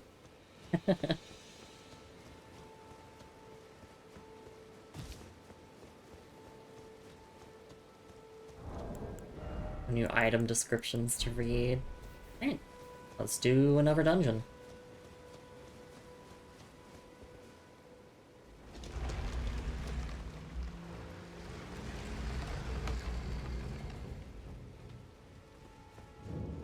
Impaler's Catacombs.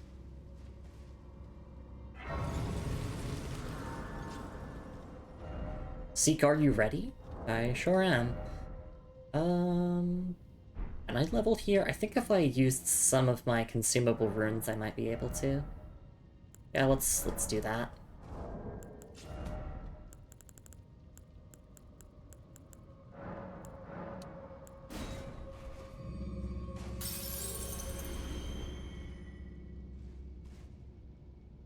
And let's give ourselves more strength.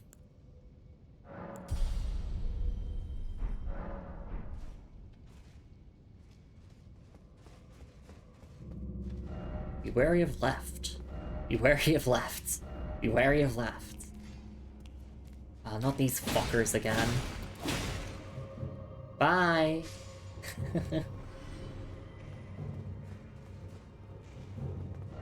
Space secret passage? Not here!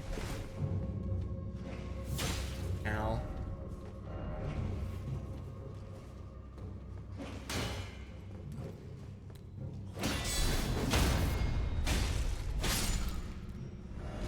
No jumping ahead. Liar ahead. I can just use a torch to check.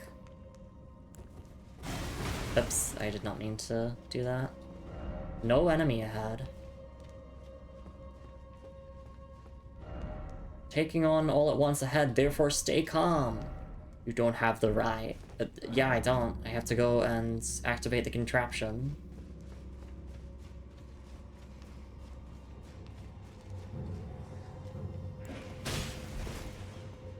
After I pick up upgrade materials here.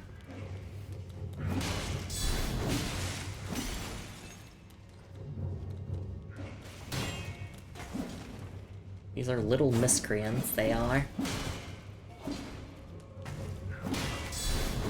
They're ill-omened creatures.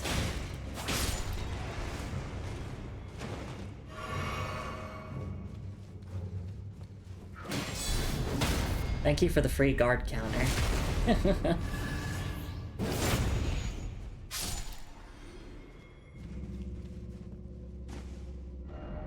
Why is it always coffin?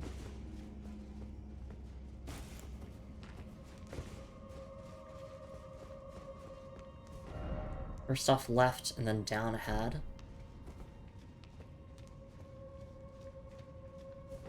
Seek not here. At least we really want to check out that way first, but you know, I'll trust their word. Be wary of right, be wary of right, okay.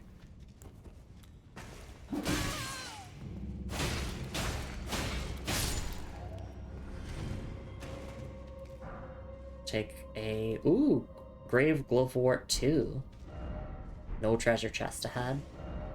Time for flower. By the way, dead end ahead. Your instinct to not go the story way. And also never look up. Yep, exactly.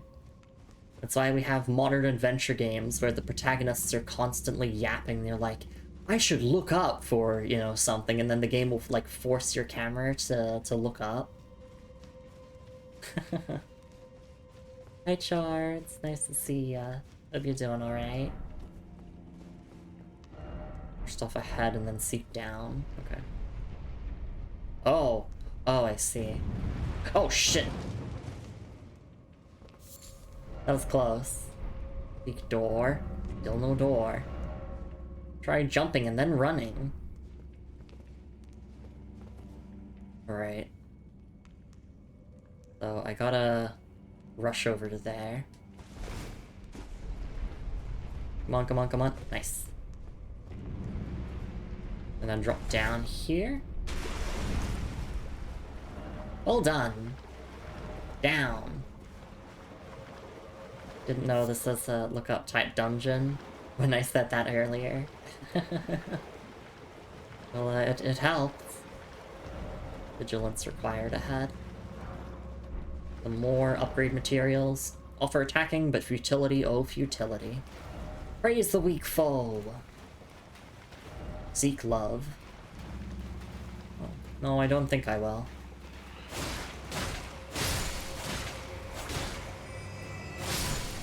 I will kill the weak foe.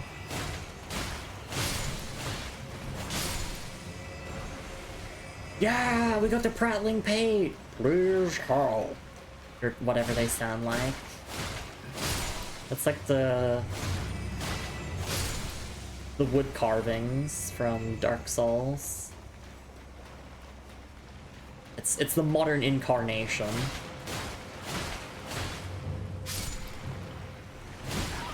Oh god, no. Ah, no.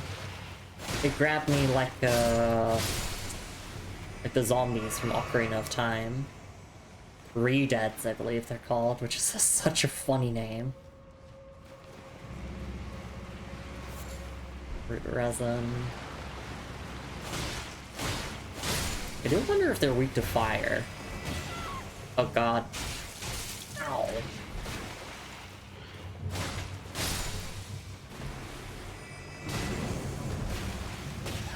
Oh my god, another one. Well, if I haven't been infected with zombie virus at this point, I have now. I could not do my words correctly. My text sound to this day is the very good from Dark Souls 2.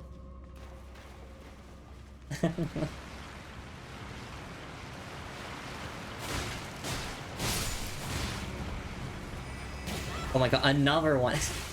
You know, maybe, Lumi, you should stop getting grabbed. Have you considered pressing the dodge button? There's this button on your controller that lets you dodge moves. Maybe you should try press that one. But I just want to hit them. I don't want to dodge.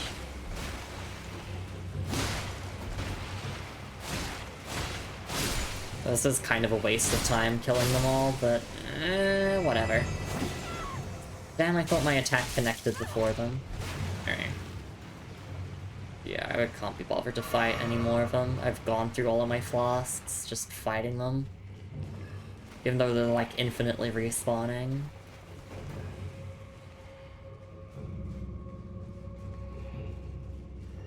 Then my character is just absolutely drenched in blood. Snake? Snake? Snake! Right, hall. Alright, so that opened the front door. Be wary of left. Okay. They put their messages at such the perfect position so that enemy jumped out before I could even go around the corner. I guess this takes us back to the entrance. Joy! Look, it loops back around into itself. Let me rest at the Grace. And there wasn't anything else from that booby-trapped room, right? With, like, the spikes on the roof. I do want to double-check that. That's why I played Mage. Can't get grabbed if they can't reach. Whoa, thank you so much for the raid, Soroka. I really do appreciate it. Magpie raid, we're here for your shinies. Please don't take my shinies. I've lost so much already. I hope you had an amazing time with Star Wars X-Wing. Yeah, if you're not following Soroka, the treasure hunting magpie VTuber already, please go check her out with the follow button in chat. And also the link in chat. Thank you so much for raiding in. I hope that you had a wonderful time with your stream. If you got a raid and run, that is totally understandable. I definitely understand needing to rest after a big long stream. But welcome in here, everyone. Just in case you're new, hi, I'm Lumi. I'm a Hot Lady Knight VTuber. I do playthroughs of RPGs and story-driven titles. And we are here doing a first-time playthrough of Elden Ring.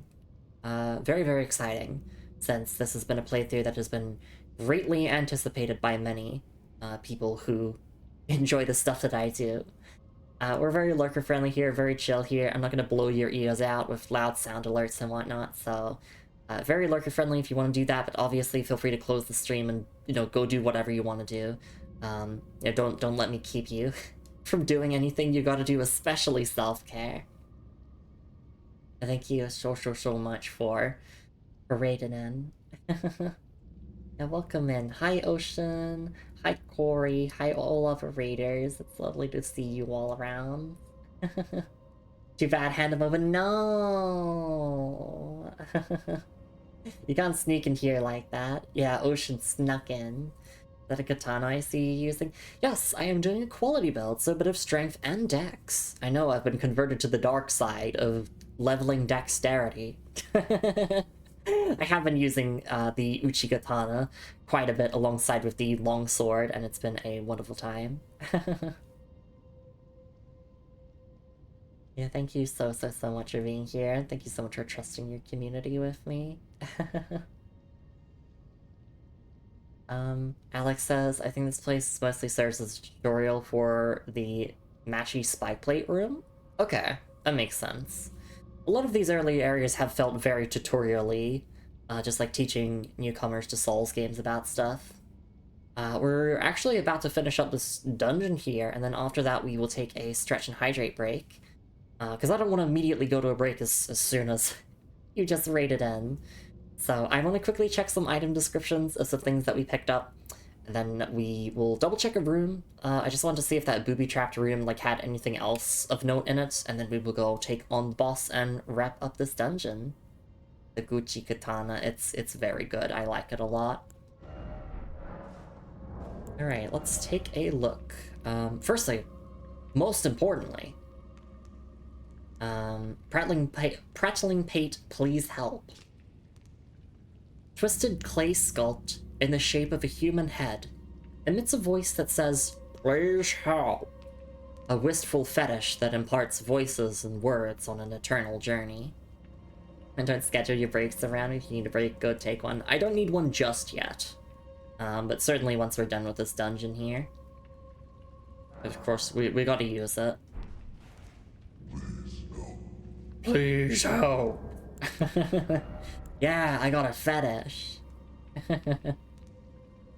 Alright.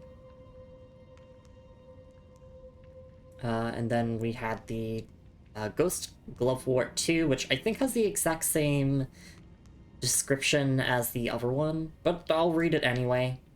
White flower that blooms in the catacombs. A spirit nestles close to it. Strengthens renowned ashes to +2. Ashes, which keep their renown even after death, cannot be strengthened by merely corporal glovewort. And then, yeah, we got the grave glovewort too. White flower that blooms in catacombs, each a soundless spell used to summon spirits, strengthens ashes to +2. Spirit tuning is not merely the simple act of imbuing strength. It is an art that lies somewhere between tuning an instrument and conducting a conversation, leaving both parties enriched. Okay.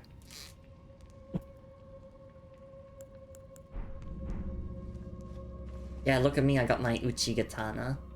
And my Lumi brand armor.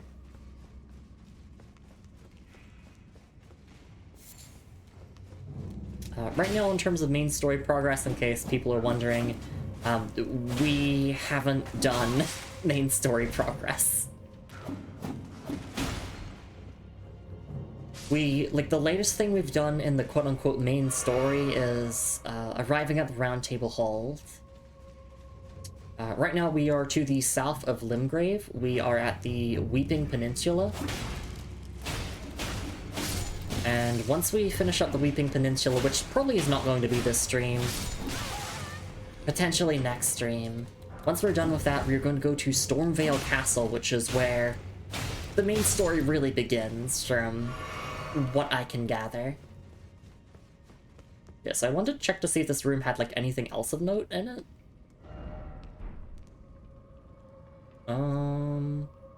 Doesn't look like it. Yeah.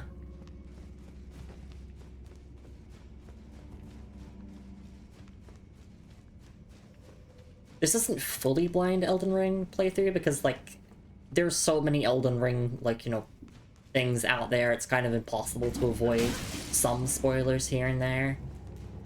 I know there's, like, a certain boss that shows up at, like, the entrance to Stormvale Castle to, like, gatekeep you.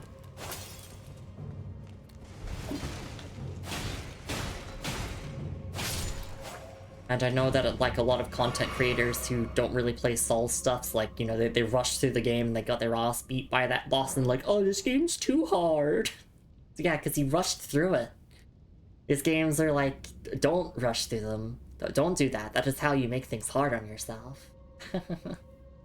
No ice, says Soroka. Main story progress? No. Princess meant Lumi's inventory, but I've seen you in Ocean on Blue Sky. So true. Alright. Enough procrastination, let's go and fight the boss here.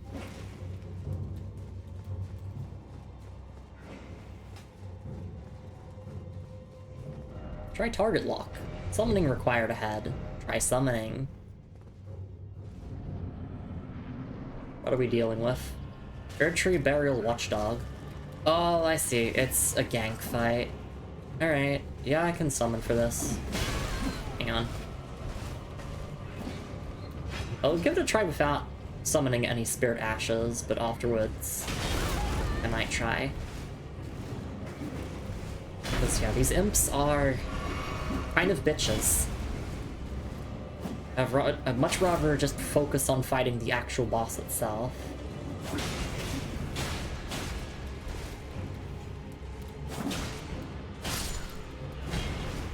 I'm pretty sure they would take more damage to, like, bashing as opposed to slashing. But I don't have any upgraded bash weapons, so I choose to slash.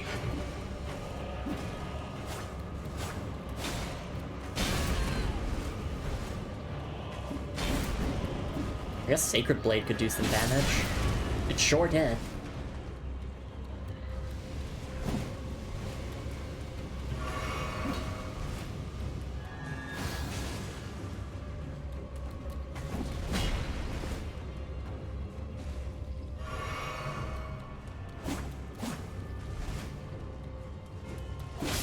There we go. Okay, now I can actually do the fight.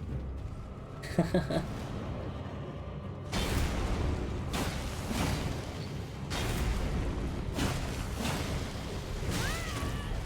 was a lot more longer range than I thought.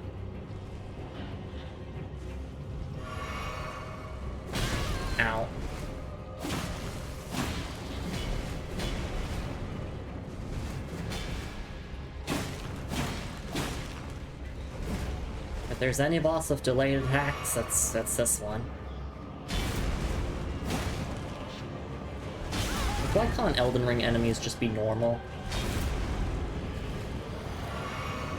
Why can't they just, like, show their move and then commit to doing it?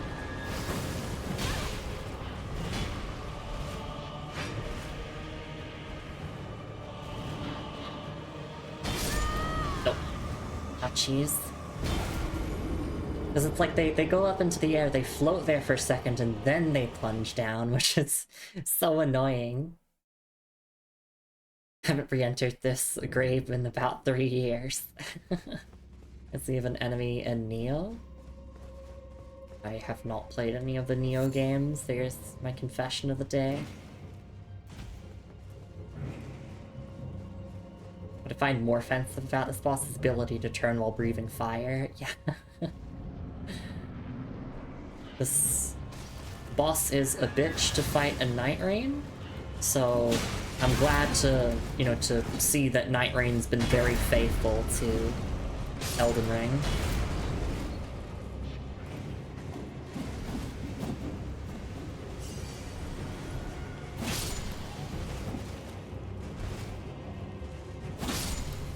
Uchigatana running attack is very nice. I did not mean to throw that fire pot. I just... I wanted to use my flask.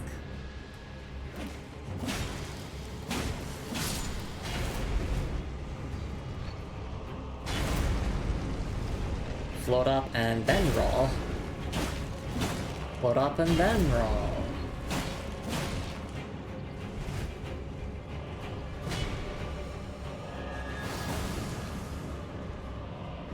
Alright, this is the attack that Alex is talking about.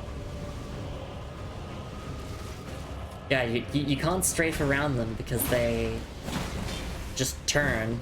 They just keep turning. So when they start doing that move, it's like your only option is nothing.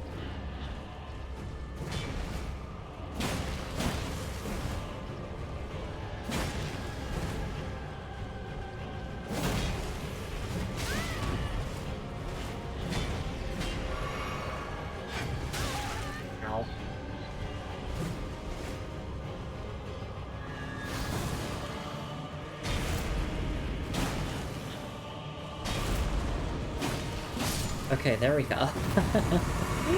That was way more painful than it needed to be. I got the demi-human ashes for it.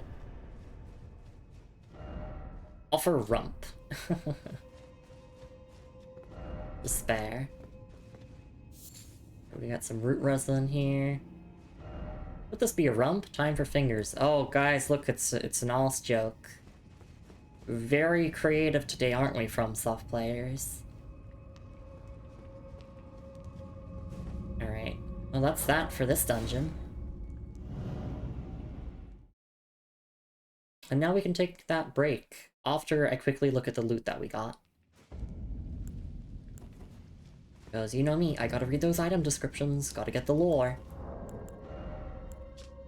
Demi-human ashes. Ashen remains in which spirits yet dwell, used to summon the spirits of 5 demi-humans.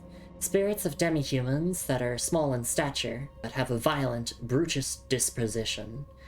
Though they seem somewhat intelligent, when night falls, their blood boils and they become feral.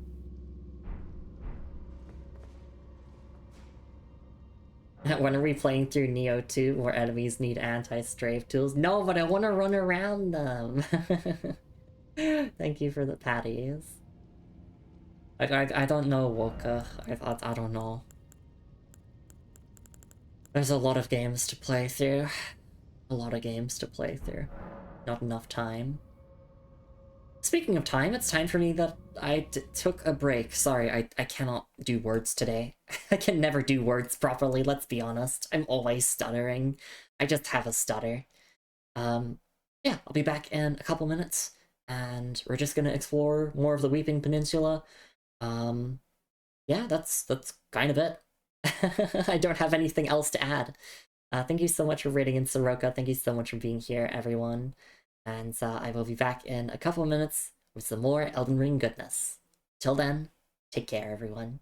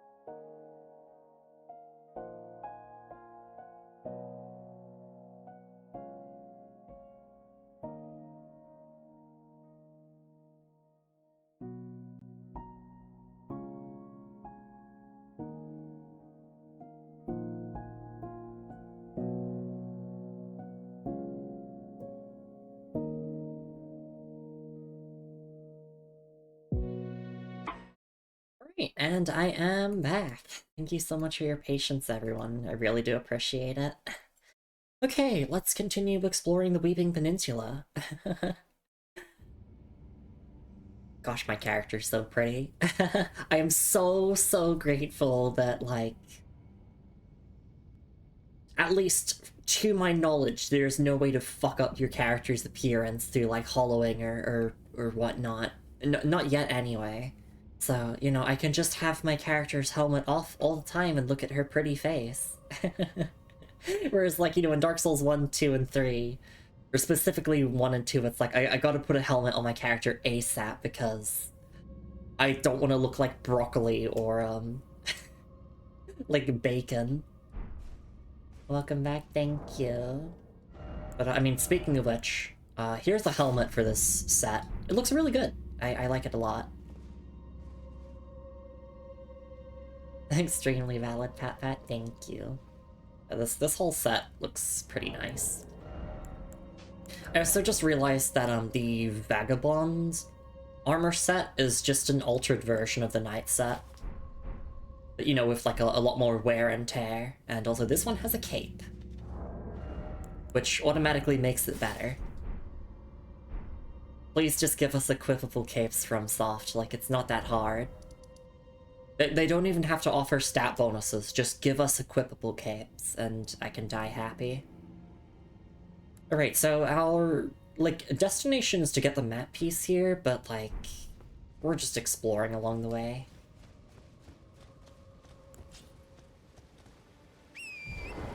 You know, just because I have somewhere marked as somewhere that I want to go doesn't mean that we're just gonna rush straight to there.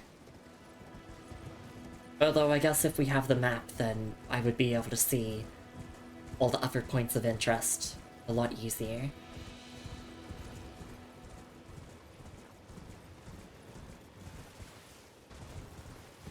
Overall, the early game of, like, Elden Ring has been really good.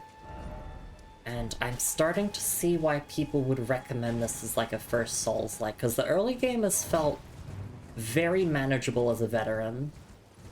But then again, like, I say as a veteran, but also I can see a first-time player, like, getting through, like, Limgrave and Weeping Peninsula without too much trouble. Sure, there might be some bosses that they skip and do later.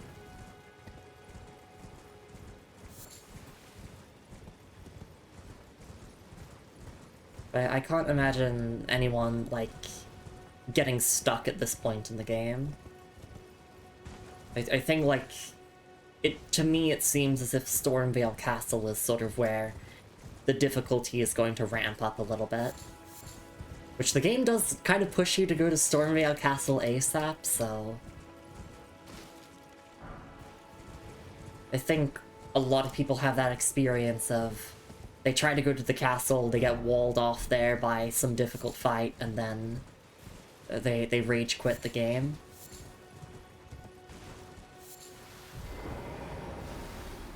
Please no poison.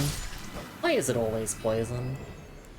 Where are my anti-poison items? Where are they? Which category are they in? I'm gonna keep scrolling. I don't have any. That's okay, because I can just make one. Or, you know what, let's just make a bunch of them. Let's just make 10. And use.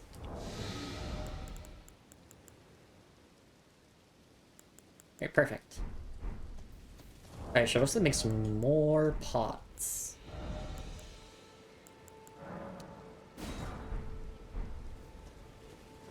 I love you throwing pots.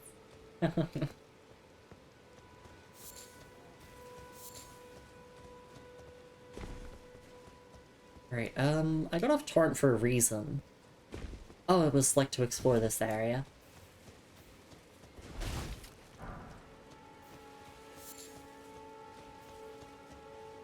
Pretty certain that these are weak to fire. But also we two-shot them. And they keep poisoning me, but that's fine.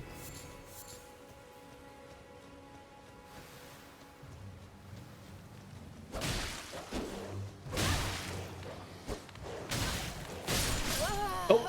Okay, no, it's not fine, actually. They got wombo comboed by the dog. They're dogs, in this case.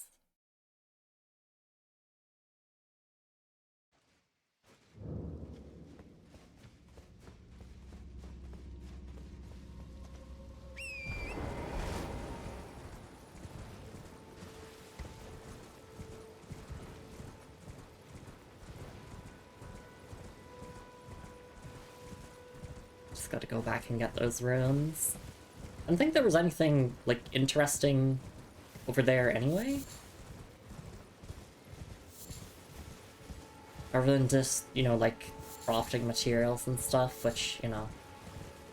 I will hoard all the crafting materials, I need them. I need them for my ever-expanding fire pot collection. Or other elemental pots as we get them.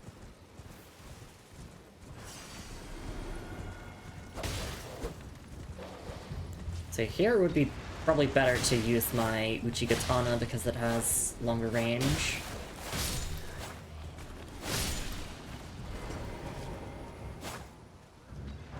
I do need to head up here.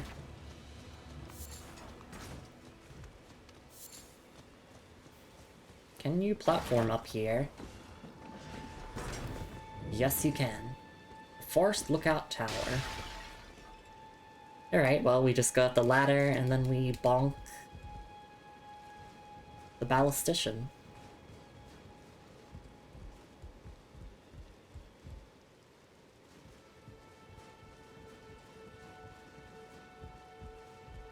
Can I please get a backstab? There we go. Lost the head. Still no head. A hand ballista and a ballista bolt? Ooh. Great bolt is large as a spear for use with hand ballista. Hand ballista. An unconventional ballistic device modeled on a weapon used to besiege castles, only capable of firing great bolts. Perfect for reckless acts such as storming castle or facing an entire army alone, and the skill is kick. Actually, what are the stat requirements? 30 strength! Yeah, so you better be two-handing that. Or I would need to. Right, that's that marked off now. I could just drop down, I don't need to take the ladder. Don't know where this one came from.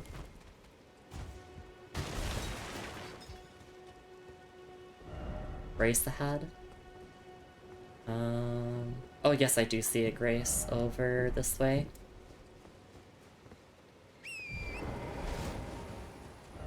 Jumping ahead and then armament? Okay. Oh, they mean the hand ballista. Hey, demi-humans.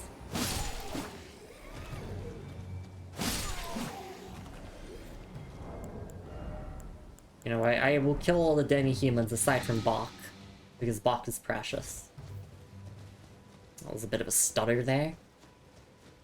I think the game just has that when it's like compiling shaders or whatever for areas. Right, yeah, we can touch this Grace. And can I level? Maybe with my current amount of runes? Yeah, just barely. Okay, 20 strength. Then we're gonna get to 20 dex, and then 15 faith, and then I've kind of just been leveling in that even order. Not here ahead. Thank you. I appreciate a message just telling me, look, you don't have to investigate every single pixel of the map, Lumi. Because the devs knew that that would be ridiculous. You know, all the major loot is in spots where it, you know, makes sense for major loot to be. Be wary of dog. This is dog. Good morning, dog.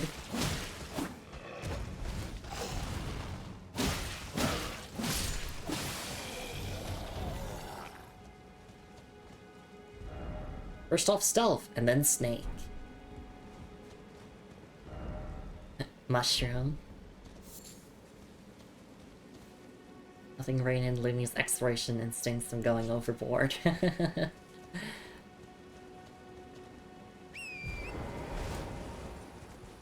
I don't often finish open world games. I've said this multiple times on multiple streams of mine.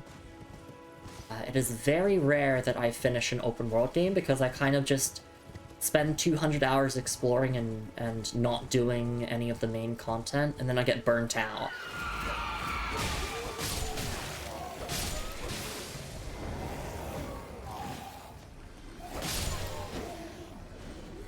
But if I'm streaming, then it's like, you know, I also kind of hold myself to that promise of getting the game done. Because obviously, like, I spent my money on this game. I would like to experience it all. It's okay, because I too am like that.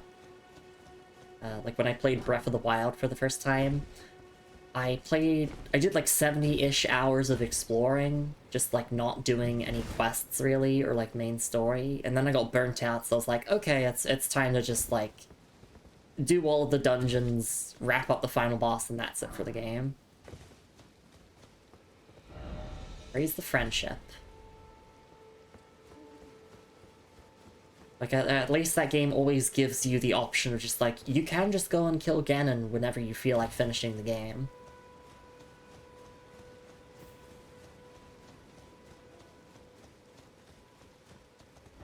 Didn't expect Beast.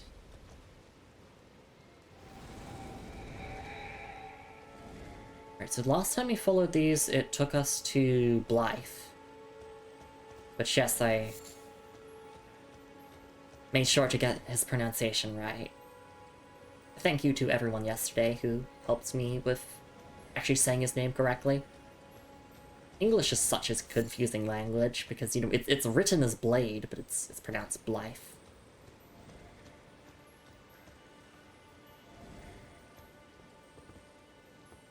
I mean, isn't that just English in a nutshell? Things are never pronounced what they're written like.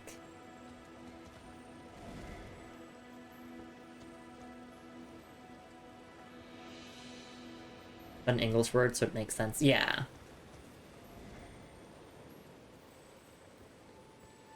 It's Welsh for wolf, right?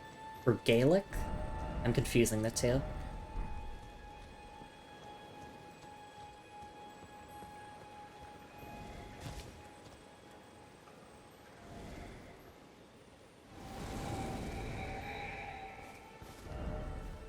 Welsh for wolf. Okay.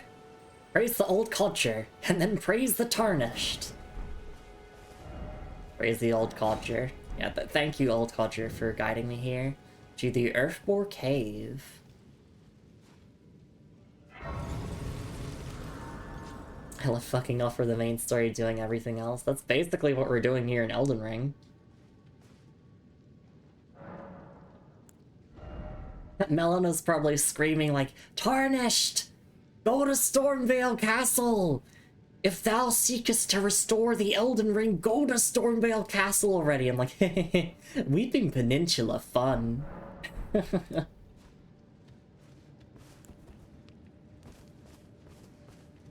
this an ambush? No? Look carefully ahead. Decoy ahead. Yeah, that looks like a trap.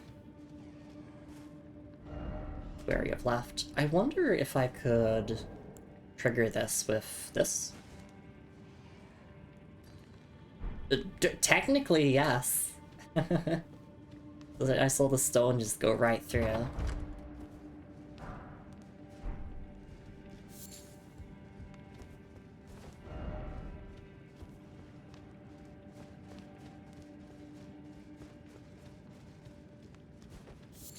Yeah, if you play Dungeons and Dragons, you do great in Souls, because it's just like walk into a room, immediately perform perception check.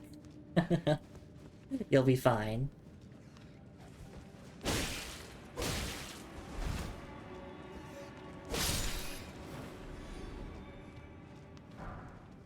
What's the scaling on my longsword again? Because of my current infusion, D, D, and D. Okay.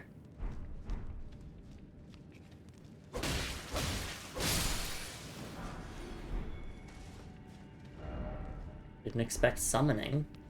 What do you mean by that?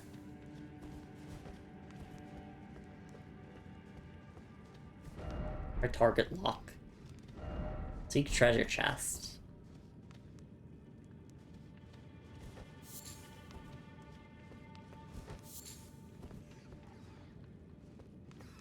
Alright, well, hope you like fire pots. Because I have them in spades.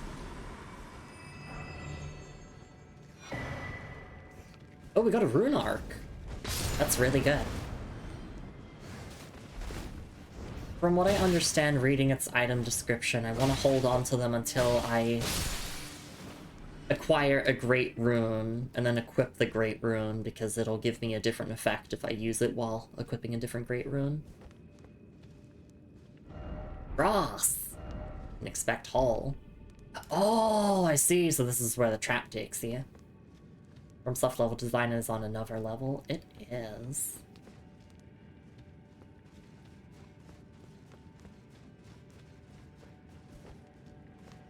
Like, this was just kind of peak fantasy game for me. Like what FromSoft do. Bloodstain or Bloodstain, therefore, why is it always rat?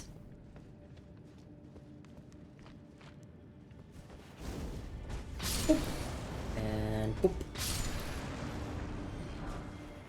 Glowstone. Could this be a pair? Got some cookery.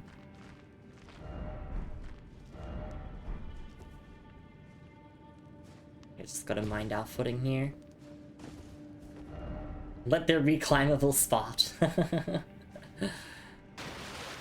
And there's some more silver fireflies here.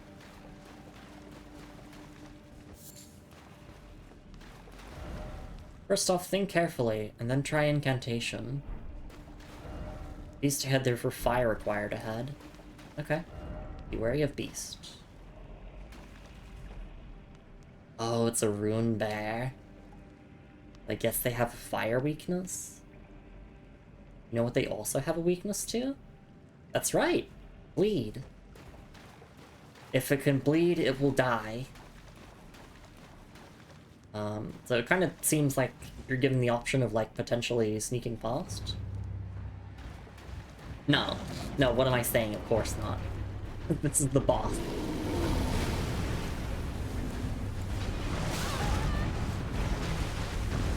Alright, well, I don't need my torch anymore. How effective are my rocks? Not very.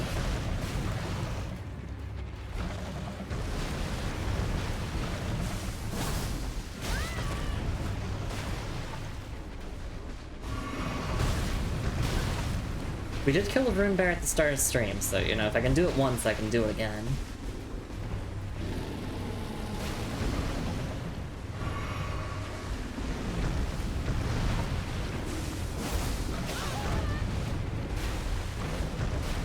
Generally, the advice for larger enemies in Souls games is get underneath them, and then go ham. And when you're facing a hyper-aggressive enemy in Souls games like this, it's nice to back off until they commit to like a really laggy move, and then there's your chance to go in.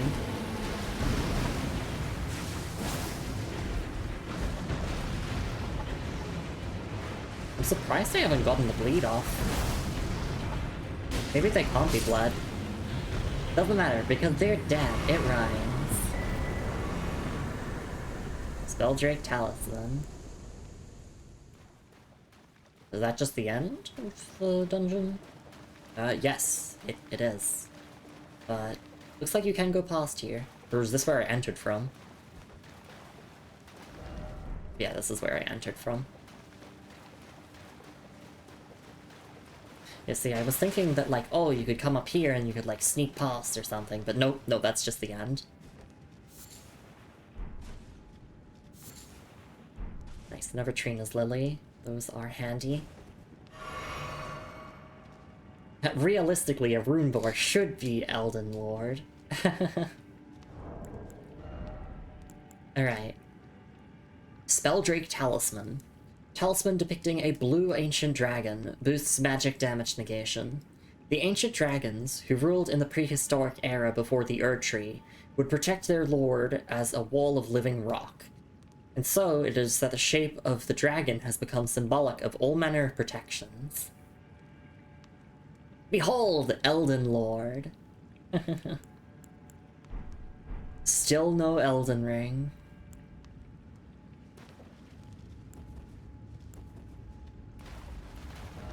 Well done.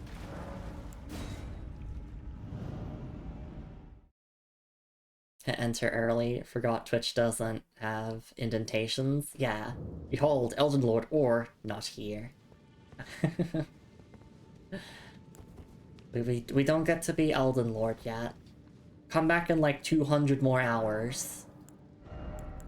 When, like, I've studied all the lore and I'm like, you know what, being Elden Lord sounds like it would fucking suck. You know, it's like, I've played the Dark Souls trilogy, and rule number one of FromSoft storytelling, generally prophecies are bad.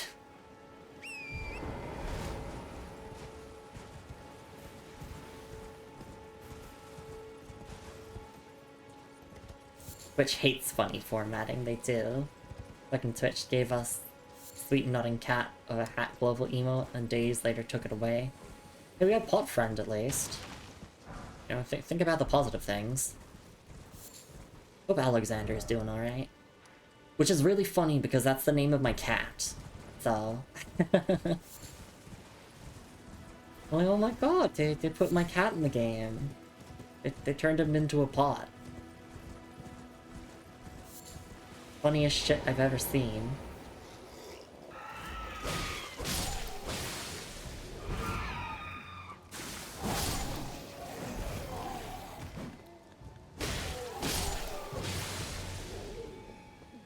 Right. So there's just a bunch of demi-humans in the forest, but there are some ruins here, which seem pretty significant. If there's a bunch of demi-humans here, would their leader be around, perhaps? I'm just thinking that because of the note that we purchased.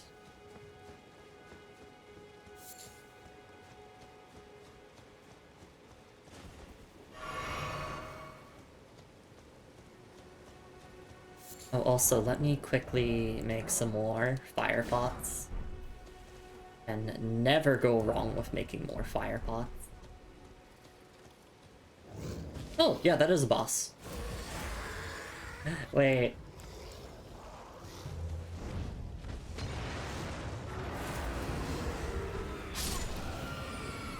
It's the demi-human queen. There's no boss health bar, but you basically are a boss, so...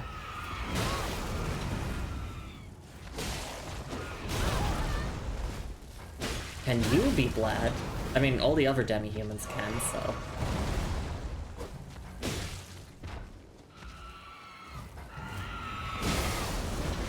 Yeah, the answer is yes.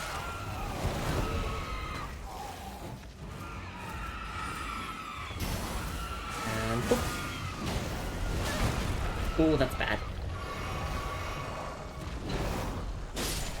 There we go. So now their leader is dead, we got the demi-human queen stuff, and... yeah, they're all panicking. Also got Crystal Burst. And even though they have surrendered, I am now going to execute each and every one of them. Because war crimes.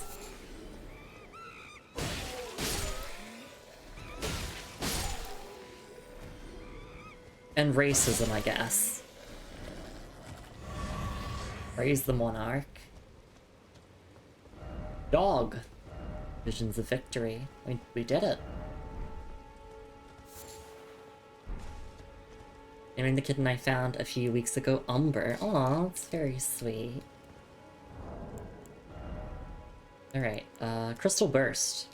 One of the glintstone sorceries of the Academy of Raya Lucaria. Fires a burst of glintstone crystal shards. This sorcery can be cast repeatedly and while in motion. Charging increases potency. A sorcery of the Crystal Kadir. A group of sorcerers who pursued the wisdom of stone. The secrets locked in the faint cogitation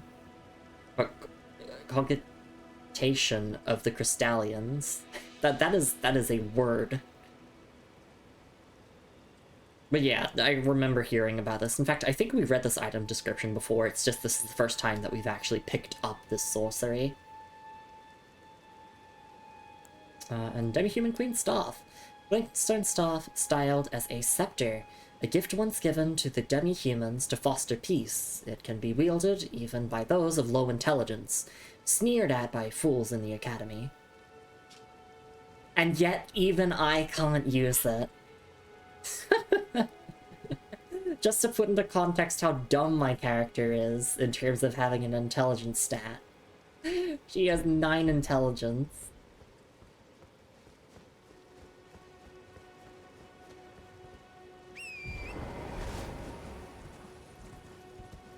Low intelligence and a decent amount of faith, yep. She's religious.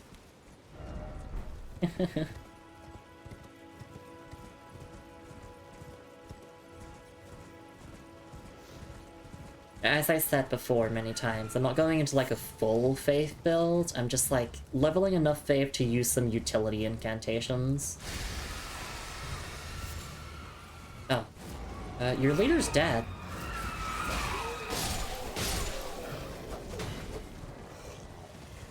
Oh wait, no, there's dog. God, Torn combat can be kind of clunky because I'm bad at it. But don't get me wrong, like, it is good horseback combat, I'm just bad at it. That's why I call it clunky. It's not an actual critique of the game.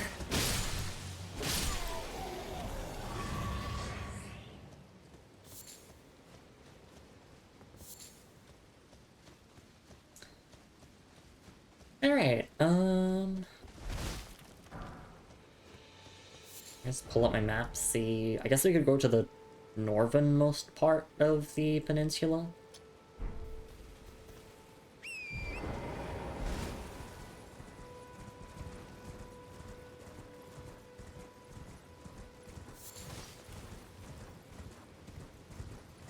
In fact, if you aggro this chief and bring him over to the queen before killing her, he'll cower too.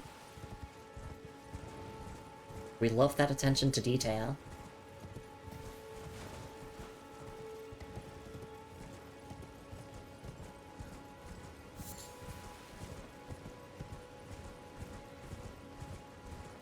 Oh, is that a boss up there, or is that just, like, a strong enemy that is technically a boss, but the game doesn't count it as one?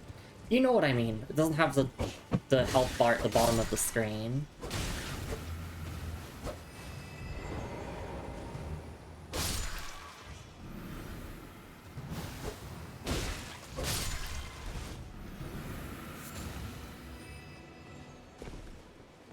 I guess let's just jump up here and see if we can bonk him.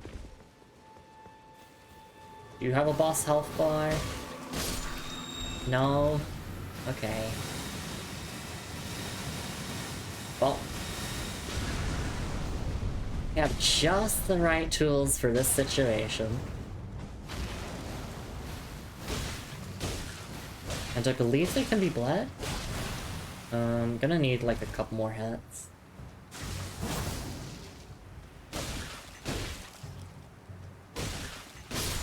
Or maybe they can't be bled. They definitely can in Night Rain. They made that change, I presume. Flower? Seed!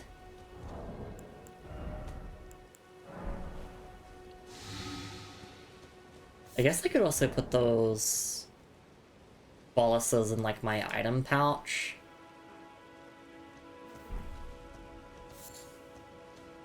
Yeah, I'll do that. I don't need the Memory of Grace. But I also just want to keep it there just in case. I don't really need the telescope either. I say as I accidentally use it. But let's just put Neutralizing boluses there.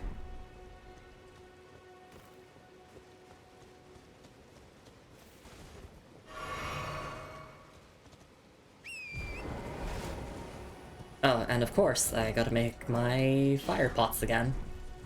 Where would I be without my fire pots, you know?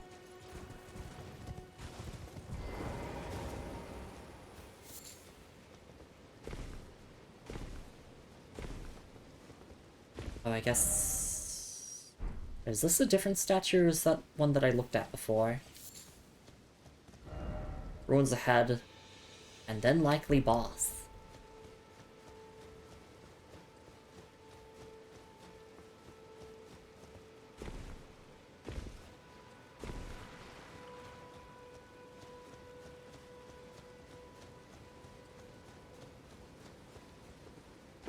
Alright, can I interact with you? Seek door tarnished. Visions of coffin. Guide and gatekeeper for those returning to the roots. Alright, this way.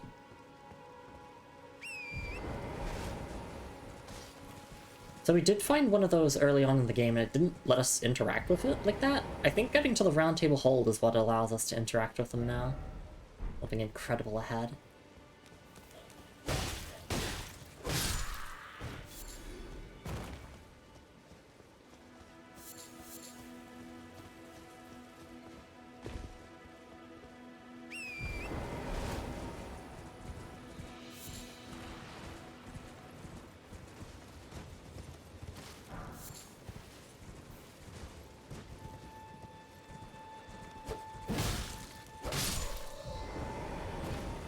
I don't really have much to comment on with those enemies. I'm like, okay, they're tree-like enemies. Ooh, speaking of trees, this is a minor Erd tree. And also, that's the Erd tree avatar over there. I know them. Sure, let's try it. Try strong foe. If only I had a strong foe.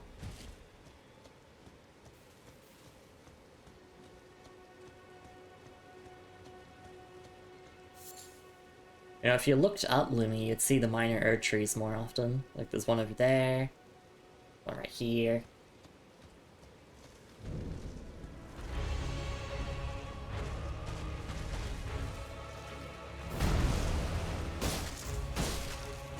But I fought this in Night Rain before, and this fight is essentially a remake of Asylum Demon in Dark Souls, if you think about it.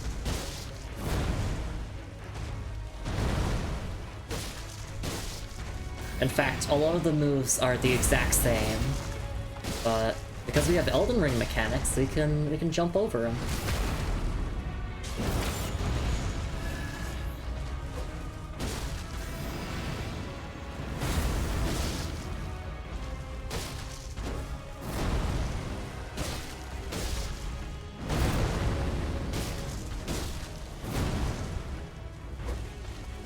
Oh, I'm out of stamina.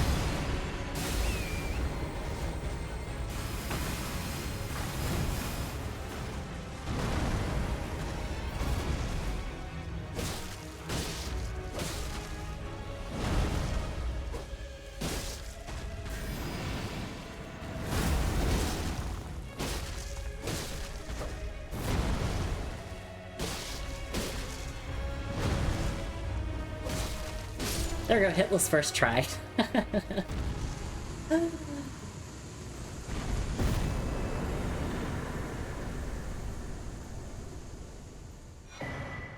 I got an opaline bubble tier for it.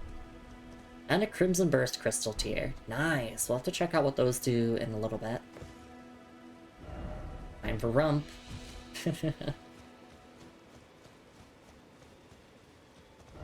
Behold, great tree.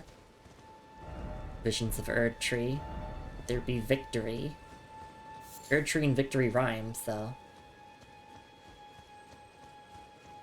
You hear a glow up here. That might be worth investigating. Visions of samurai. Oh, like these in particular, yeah.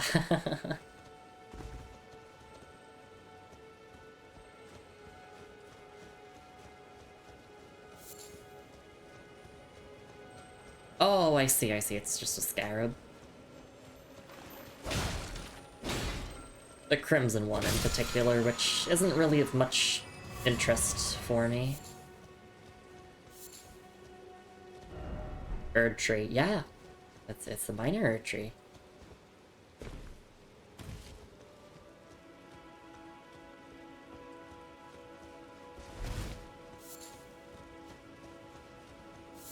But you know, I want to pick up all of the golden sunflowers that I can, since they seem to be pretty handy to have. I don't come across them all too often. If that's everything there, then... Where am I? Oh, I'm meant to go all the way up north.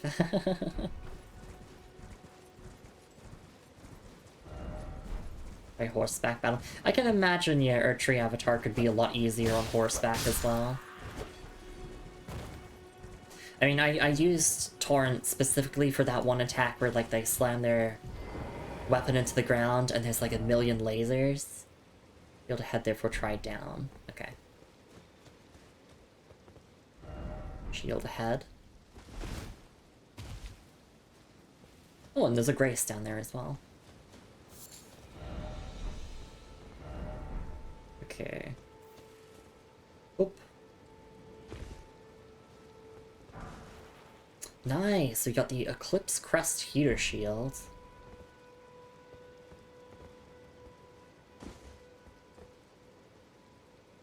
Are those spirits down there? Oh! Whoa, that is like a massive fortress, huh? There's a lot to take in here. Can I make this jump safely? Sure can. Time for gesturing. Try here, and then Grace ahead.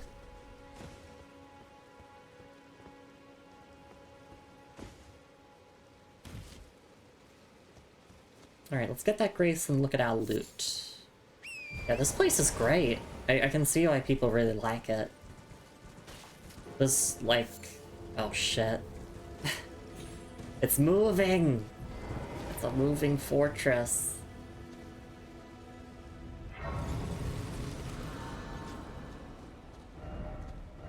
Could this be a dog?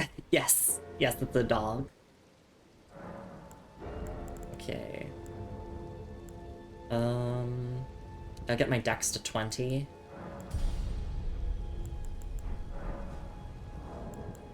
Alright, let's look at the stuff that we got. Eclipse Crest Heater Shield. A medium-sized metal shield, easier to handle than a kite shield. The sun in Eclipse is said to be a symbol of the wandering mausoleum where the soulless demigods slumber.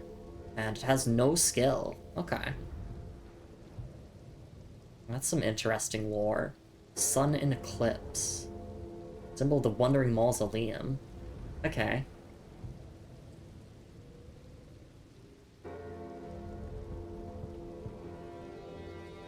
I guess this is the Wandering Mausoleum here, perhaps. I did see a lot of ghost-like figures, so potentially. Okay. Then we have the Crimson Burst Crystal Tear. Crystal Tear forms solely over the ages where the Erdtree's bounty falls to the ground. Can be mixed in the Flask of Wondrous Physic. The resulting concoction gradually restores one's HP over time. And this one is Bubble Tear. Provides significant damage negation, however this effect only occurs once and it will expire after a certain duration. Okay. I'm just intrigued by, like, what they mean by soulless demigod slumber.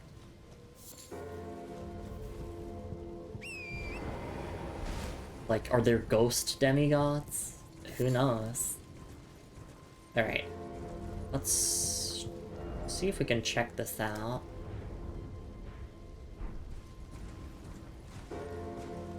How would I even get up on there? Would I even get up on there? I think these are Mausoleum Knights. Since, well, they're very clearly spirits or ghosts. You know, in addition to the fact that they literally don't have heads. Shadow of the Colossus? Right, beating to a pole? How am I? Oh god, you have to climb up it? I'm going to get squished. Chat, post the squish emote. Thank you.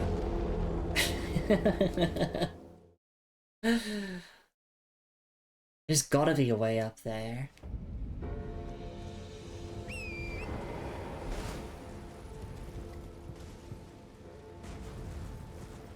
It is very cool.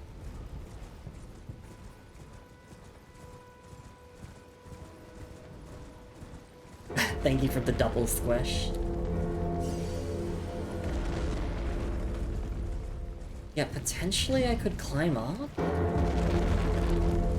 Otherwise, maybe there's like a spirit stream or something that I could take. No joy ahead. Or maybe you can't get up there. Maybe it's just impossible. Who knows? But I will try.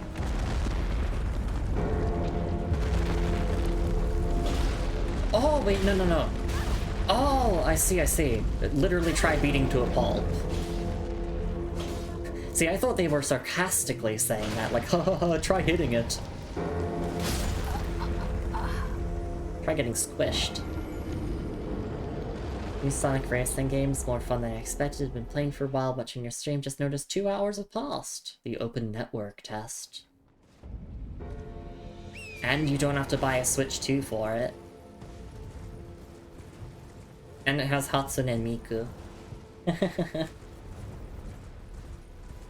Yes, I've heard a lot of good things about the upcoming Sonic Racing game. Would this be a Sega does what Nintendo don't moment? Who knows?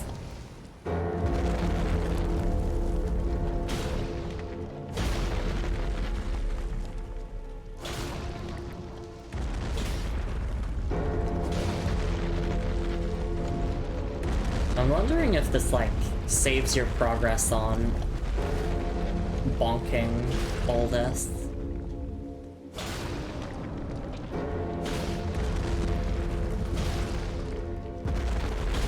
I'm gonna get squished. Okay, it knows that I'm attacking it.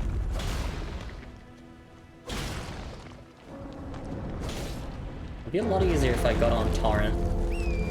A lot of things in this game are a lot easier if you just get on Torrent. Okay, yeah, no, this kind of is Shadow of the Colossus at this point.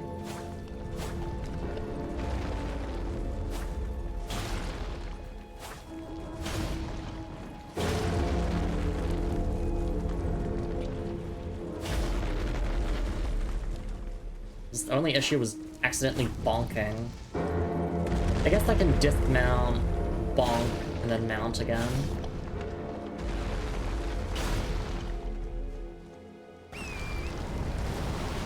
Yeah, it's slowly crumbling.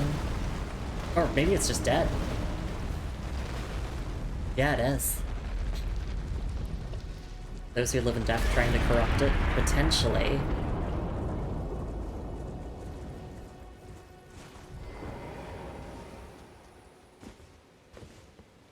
Alright, so I just have to bonk it enough times to get in.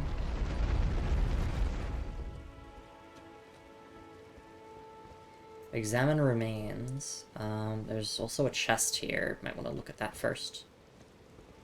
Nope, I can't open it. What about this one?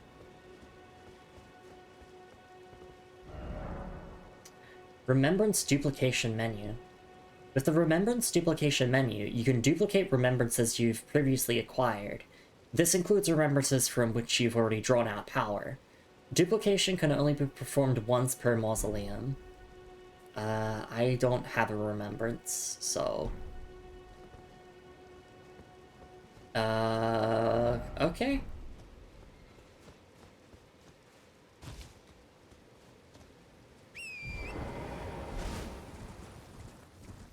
I'm assuming that I'll get one later on. You know, if I did the main story. But I'm guessing this is just gonna stay here permanently now.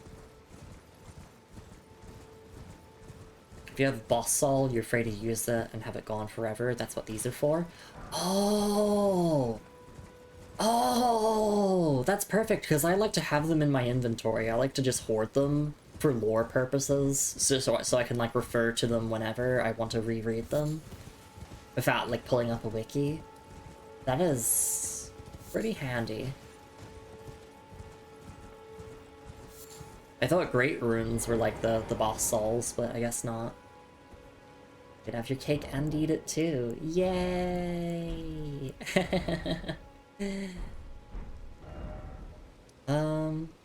Alright, let's take a stretch and hydrate break, and we're gonna stream for probably another hour. I can hear my stomach rumbling a little bit, so I think I'll get myself a small little snack. And then, yes, I do want to explore up here. I want to check out what this was pointing to exactly. I definitely want to get the map for this place. And we'll see what else we can fit in another hour of stream. I've done really well. I feel like I've been very thorough and found a lot of really good things.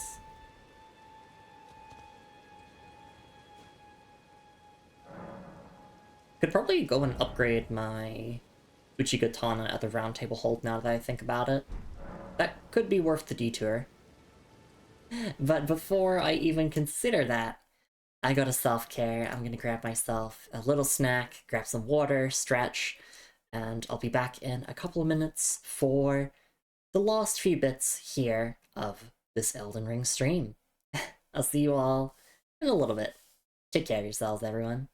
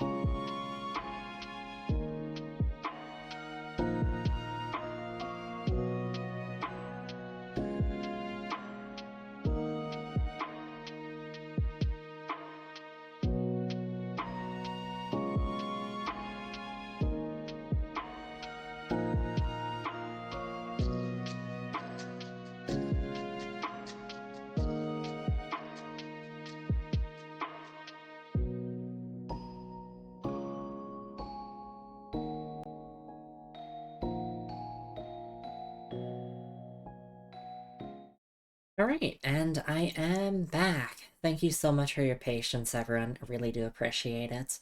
I toasted some bread, and I put some jam on it, and that was my little snack. Just, you know, enough to quieten down my grumbling tummy and get me through the rest of the stream. Okay, yeah, more Weeping Peninsula time. This place is cool. What flavor jam? Strawberry jam. Which is, as they say, my jam.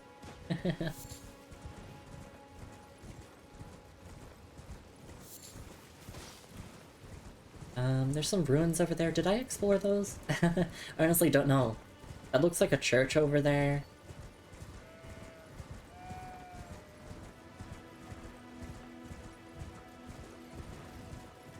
Let's check out these ruins here. Tombsward Ruins.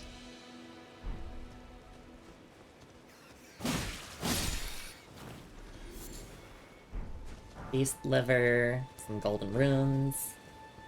Gotta go down those stairs. Ooh, there's a lot of Trina's lilies here. Which, just to remind myself, what were these for again? It's crafting, okay.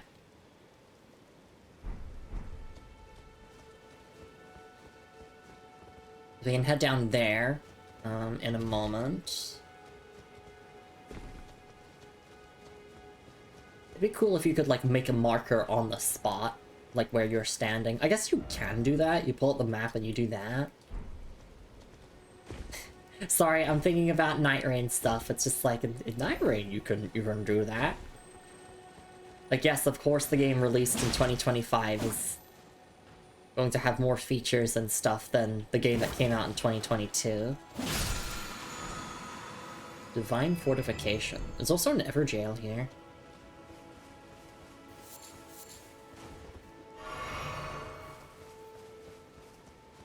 I do apologize if me constantly referring to Night Rain as, like, obnoxious.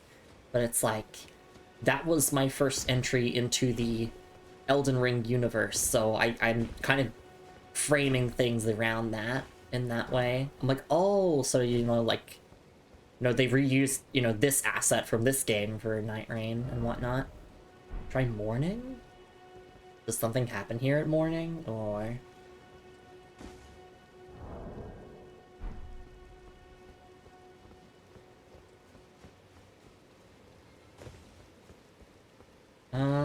is there anything else in these ruins? You know, other than the stairs, of course.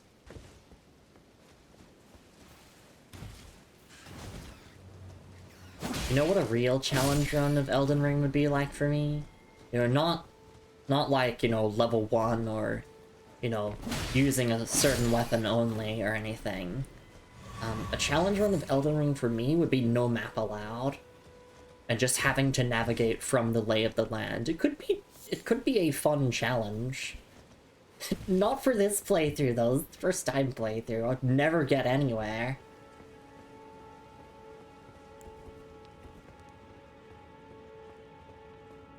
A really hard challenge run you might like, using magic. Don't think I can do that one, that's too hard. Do incantations not count?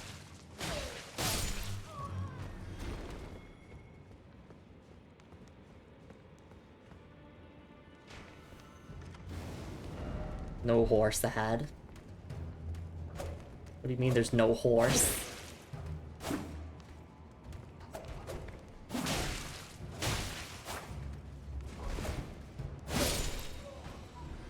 Go.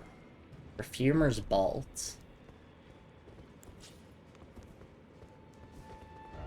Door ahead. Yeah, it is. Alright. Let's take a look at this. The Perfumer's Bolt. Bolt created with perfumer techniques, used by nobles' guards and the like. The point of impact explodes with sparks, dealing fire damage. Okay. And then Divine Fortification, which, hey look! It's an incantation. At the Two Fingers Faithful. Increases holy damage negation. This incantation can be cast while in motion. Follow the path that has been set for you, and you will make enemies of all others. The monks, the sorcerers, the ancient dragon knights, and the scions of Gauld. Heed me. The lands between offers no welcome to the tarnished. Which I really like that bit of flavor text there. It's the exact same for all the other divine fortification incantations, but I still wanted to read it again because it's cool.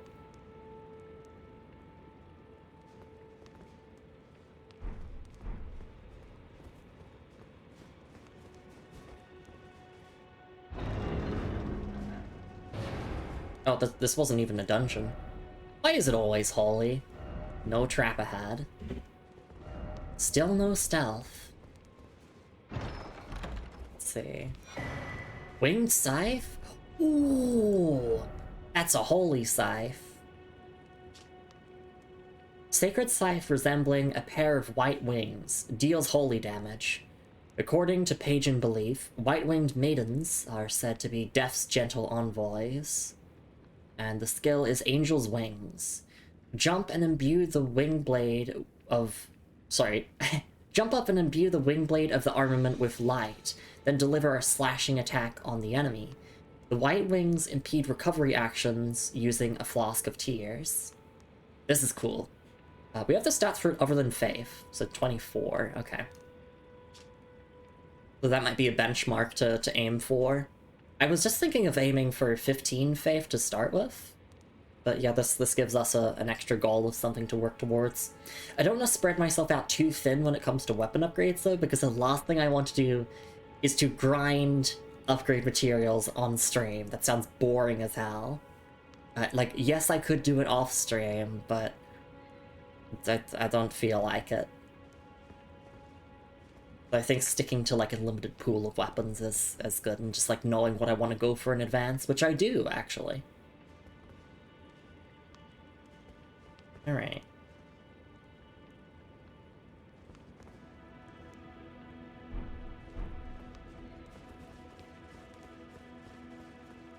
I can put away my torch now.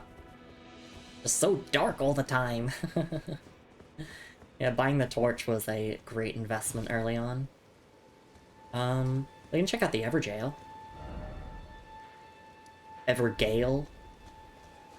Gale! From Dark Soul! And he does the second ever title drop of the series.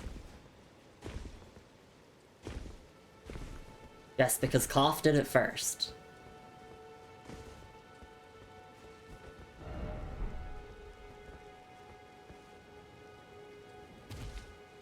I'm fine with taking that full damage there. How many Stone Sword keys do we have at this point? I think the answer is a lot. Yeah, we have 5. I might as well use one. Skinny Sword. Suffering ahead. Is this worth trying? Guess I have to use the Stone Sword key. If I can't beat whatever it is, then we can always come back to it later. Weeping Everjail.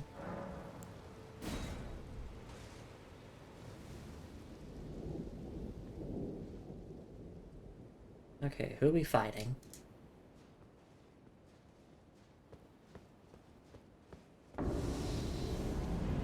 Oh, Ancient Heroes Thamor, I saw you on Moonstream. Well then.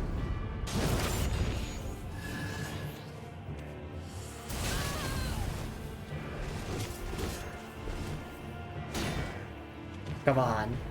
I gotta do what Moon did on her stream. Parry them to death.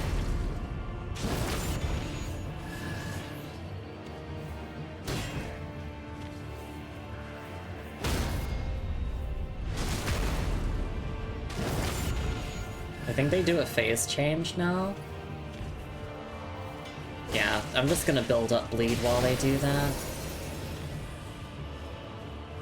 And they become a lot harder to parry in this phase.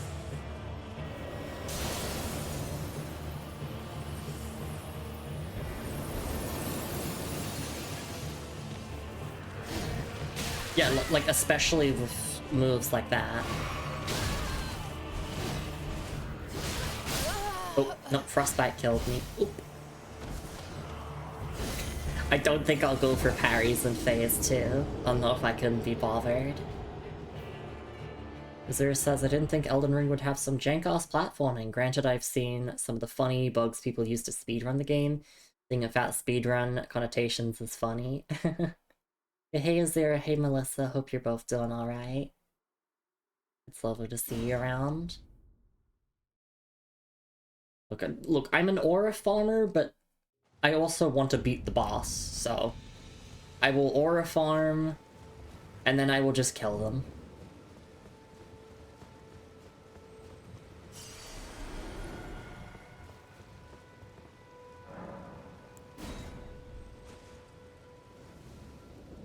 Also, because I'm tracking death count, and between you and me, I want to keep that death count as low as possible so I can flex.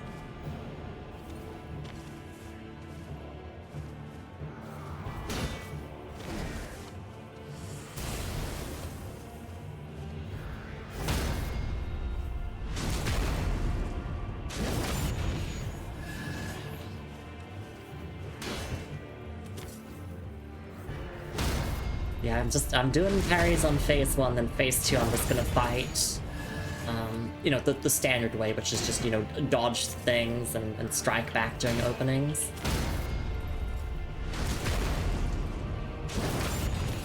Alright, that should be phase 2 now. Yeah. So we can just build up bleed. There we go, get hit by bleed.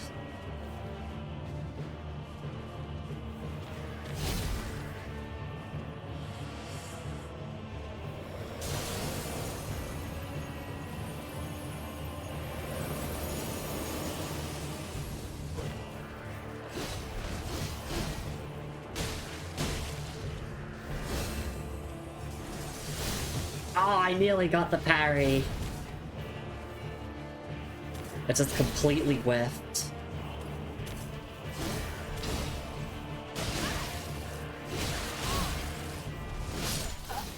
I just got absolutely comboed to death. It's just the call of the aura farm was coming to me. I was like, come on. Just fucking parry. Do it.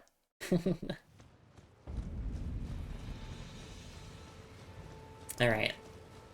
Hopefully we'll be able to get it on this try now. You gotta? I gotta. Parry it all. No, no, I can't do that.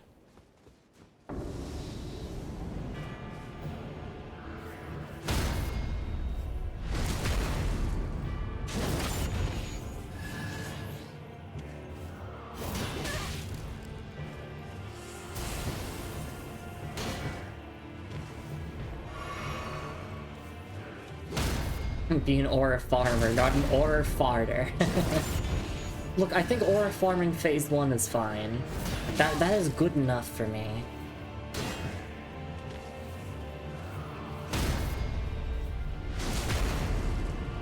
Also, this talisman is so good. Like, just give me that heal, please. And we can activate bleed now. If I see a good window to get a parry in, I'll go for it, otherwise...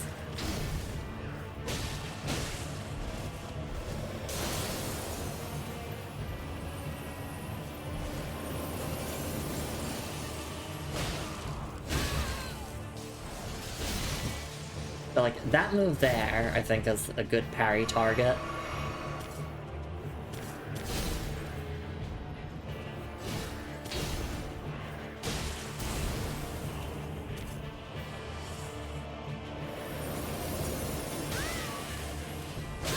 That is unfortunate.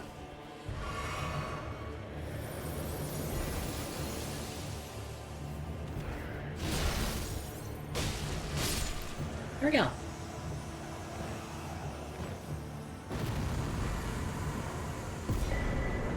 Radagon's Scar Seal.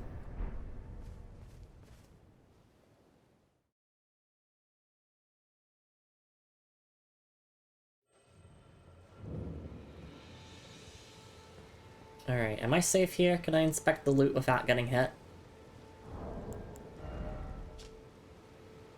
An eye engraved with an Elden rune, said to be the seal of King Consort Radagon, raises vigor, endurance, strength, and dexterity, but also increases damage taken. These seals represent the lifelong duty of those chosen by the gods.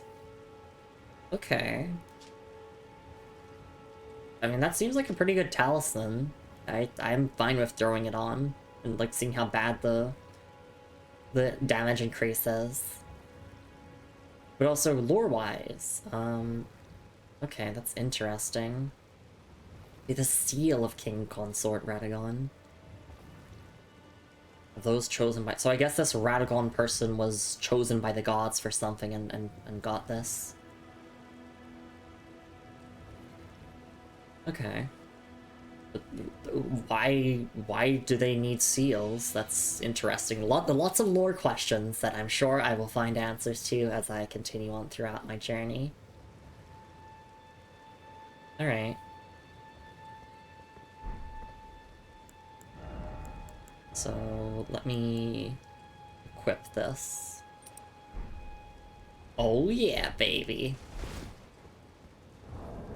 I could see, yeah, I got the rune effect, or talisman effect in the top left. Alright, I still haven't gone up to that point that I marked. I'm so silly. If the damage increase is a bit too severe, then I will just unequip it and go back to the Assassin's Talisman, because that one's really, really, really good, especially if you're an aura farmer. You know, because you're just going for critical hits all the time.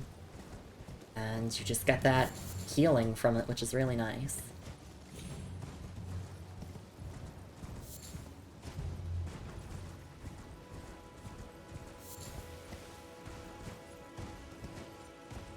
Look, Ma, I'm heading towards the marker that I set. After I pick up all of the crafting materials, of course.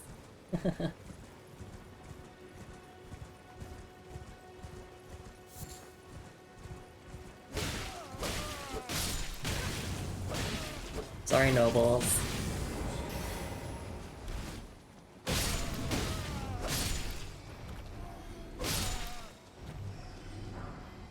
Old aristocrat cow.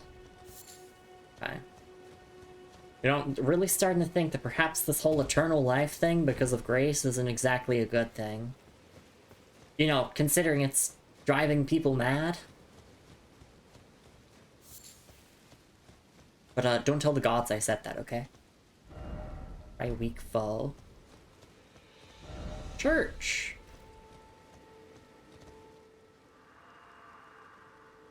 The mausoleum prowls, cradling the soulless demigod. O Marika, Queen Eternal, he is your unwanted child. Okay. The soulless demigod.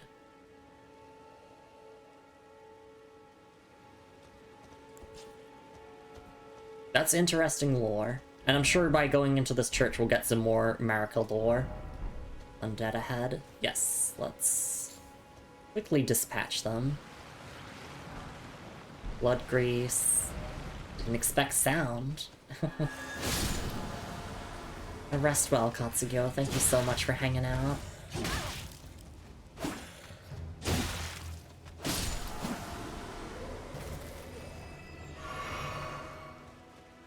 And welcome in Lena, it's lovely to see you around as well. I'm having a lovely time with Elden Ring, thank you. Gilded Iron Shield, yeah, more shield. Good luck. Let there be armament. Raise the armament. Alright, is that everything here? Because now I want to go into the church and presumably talk with Melina. Because she might have some more words from Marika. I'm assuming you go to the Marika churches, you get more Marika lore. Held armament. Firstly, let's take a look at the Gilded Iron Shield. Small metal round shield. Heavier than a wooden shield, but boasts higher damage negation. Though the gold leaf is peeling and the effect is slight, it still boosts holy damage negation. Alright, and it's got parry as the skill. Okay, and then blood grease. Solidified grease made from a mixture of blood-red materials. Craftable item. Coats armament, inflicting blood loss. The effect lasts only for a short time. Cowl made of soft cloth. Travel attire worn by nobles in the capital. Garb favored by the aged. Abandoning their birthplace after the shattering, these undead wanderers are the pitiful product of unending life. Alright. And let's get some extra lore here at the Church of Pilgrimage.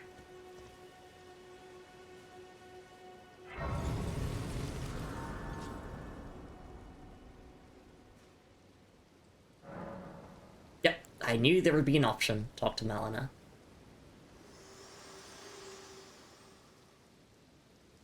Spoken echoes of Queen Marika linger here as well. Shall I share them with you? In Marika's own words, then, after thy death, I will give back what I once claimed, return to the lands between, wage war, and brandish the Elden Ring, grow strong in the face of death. Warriors of my lord, Lord Godfrey.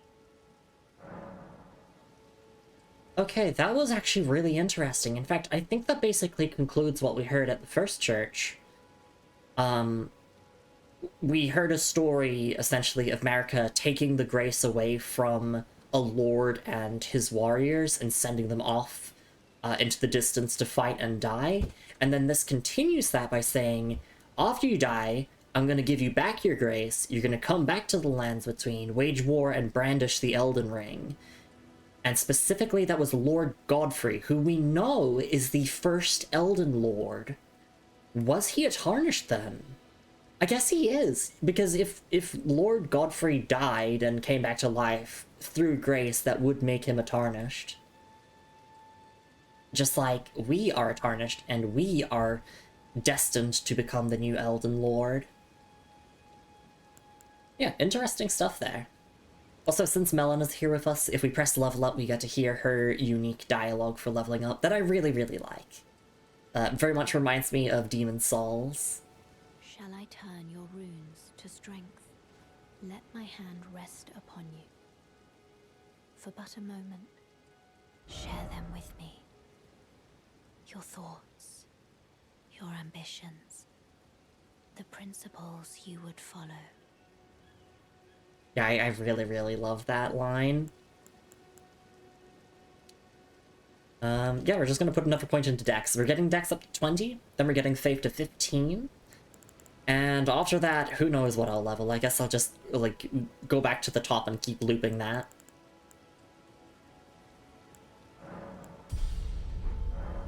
Thank you, Melina. We can also change our Wondrous Physic.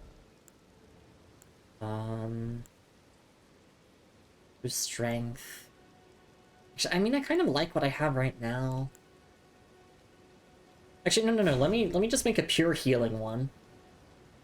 Stellarly restore HP, and this one gives me half of my HP back. So, yeah, I get half my HP back, and then I get that gradual healing over time, which could be really nice. Alter garments. Can I alter anything else here? Not really. Right, thank you, Melina.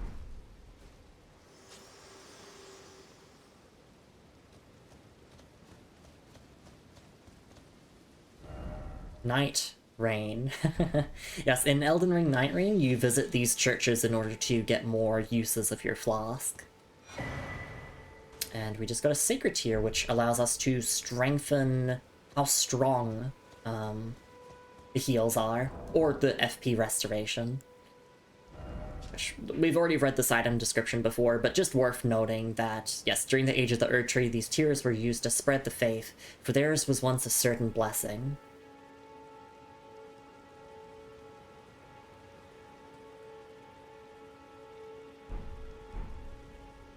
Actually, no, I'll read the whole description again, why not? Blessing of the Erd Tree, worshipped in the churches of all lands. This is but a faint vestige. Increases the potency of a sacred flask's restorative effects. Can be used after resting at a site of grace. During the age of the Erd Tree, these tears were used to spread the faith, for theirs was once a certain blessing. Actually, let's also go back to the Round Table Hold so I can upgrade my Uchigatana.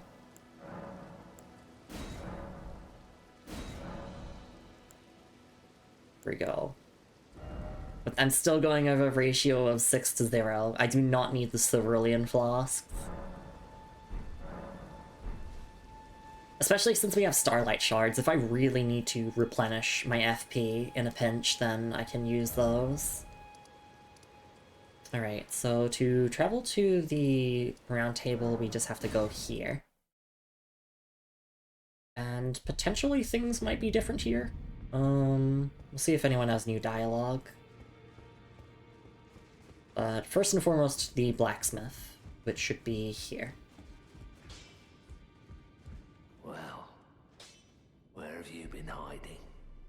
I took you for dead. No matter, it's all the same. Lay out your arms, then. Yeah, Uchigatana, so I can get it to +3 now.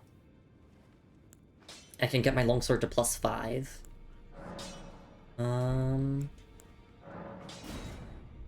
Let's get you to +3, and do I want to get the longsword to +5? I do really love the longsword. It's just like good old reliable. I kind of like the Uchigatana a bit more though, just because it has like that heavy thrusting attack when two-handing. Whereas if I want to do thrust attacks with the longsword, I need to be one-handing. I think as a two-handed weapon, I like the Uchigatana more.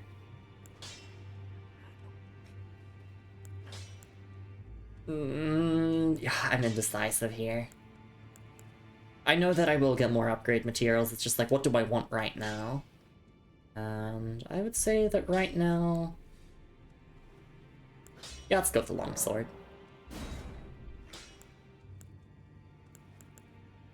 I don't really feel like upgrading my shields. Yeah, because all it does is just increase its attack power. So gotta love the dialogue in this game. Yeah, FromSoft have always been incredibly good with their dialogue, especially voice acting, since I talked about it before, and they typically don't hire the usual voice actors you hear in video games. They, you know, like to find people who have experience in theater and, you know, various different types of performances outside of video games, and it leads to, you know, a lot of iconic, memorable performances that you don't quite get from other video games. Good. Oh no, I don't have the material to duplicate an Ash of War.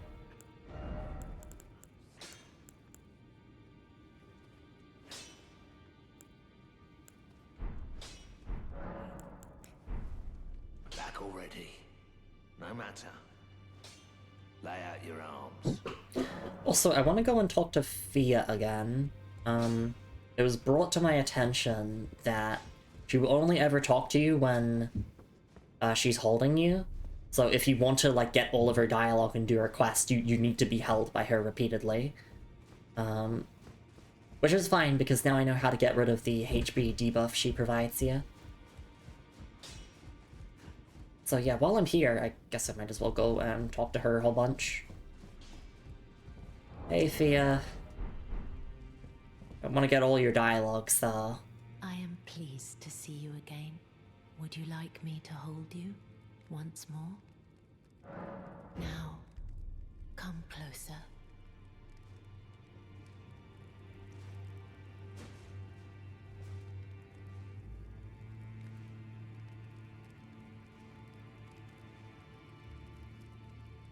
You are so very warm.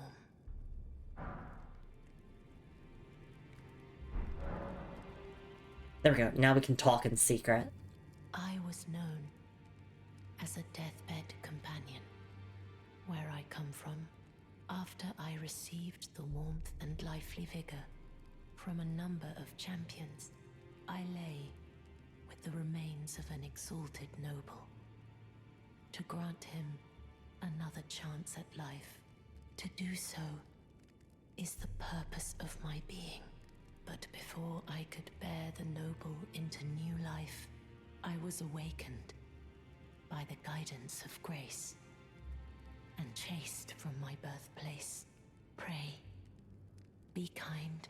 Despite all that, I still wish to be a deathbed companion. So please, let me hold you like this, as often as it takes. Then good day to you, my dear.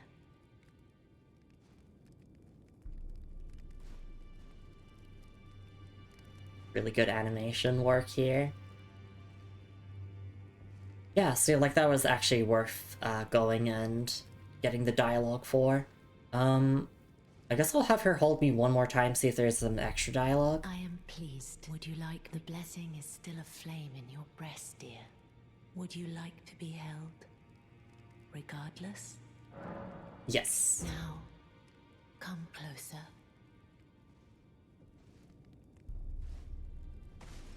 Let's see if we have a new dialogue option.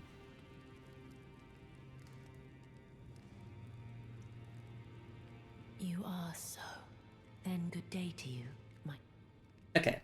There's no extra dialogue. Love to be held and receive a blessing in my breast. Hey Julie, lovely to see you around. Yeah, just made sure to be held by Thea a couple more times, because yeah, she only ever, like, talks to you, gives you, like, dialogue when she's holding you. I'm gonna just use the blessing straight away. You know what? Maybe now that I've used the blessing, I can try and take out the enemy invader here in the round table halls. Let's give that a try.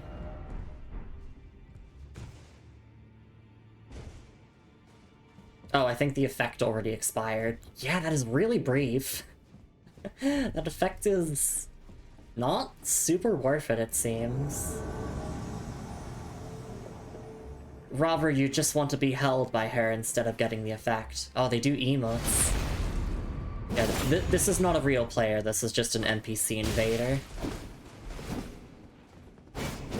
But they're so well programmed to the point where you would think they're actual people.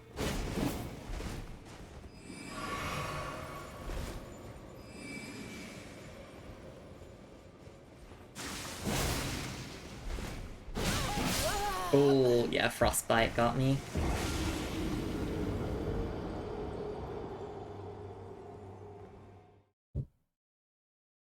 Alright, let me grab those rooms so I can leave the round table hold peacefully. Just check if people have new dialogue. Hello. You've been busy weeding Deathroot, I take it. I thank you, as your brother in arms. So what can I do for you? Did you need something? Hey.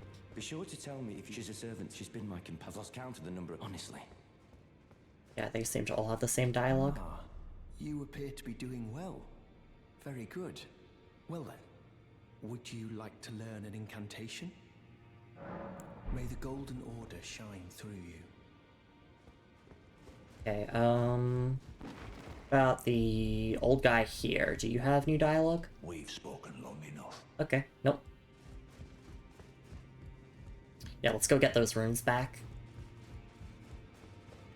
Yeah, so I believe that Thea was mentioned and introduced in the game's opening cutscene as well, as, you know, Thea the deathbed companion. So, yeah, it seems like her purpose was to hold people, or like to sleep with people in order to gain their vitality, and then use that vitality in order to resurrect the noble that she served. But when she, you know, hopped into bed to do that, she awakened to the guidance of grace. And, you know, therefore, you know, became basically like a chosen tarnished in a way. And And yeah, so she was driven out from the church, or the place that she came from.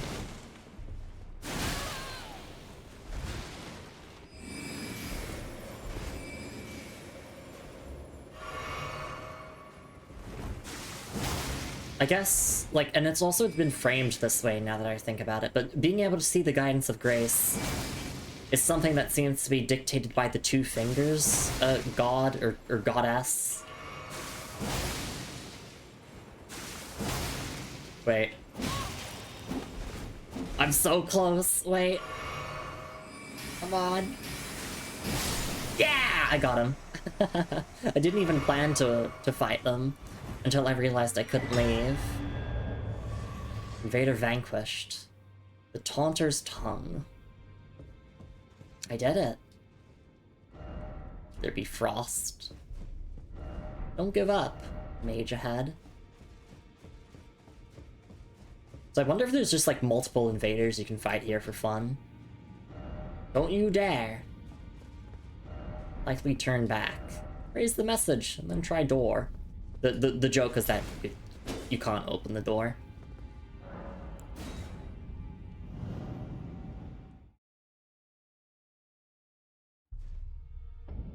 Alright, let's take a look at what we got. Taunter's Tongue. Item for online play. Can also be used from the multiplayer menu. Lures in invaders. This allows your world to be invaded without any furled finger cooperators present. It also shortens the interval between windows of opportunity for invasion. Additionally, enables the arrival of a second invader to join when a cooperator is present. With 2 invaders, the maximum number of cooperators becomes 1. Okay, so yeah, in this game, they've basically changed the way invasions work. In previous Souls games, if you were in like your human/powered up state, then you would be able to be invaded by other players. But in Elden Ring, being invaded is essentially optional. You either have to be playing multiplayer with someone as like a cooperator, or you need to, intentionally lure them in with the Taunter's Tongue.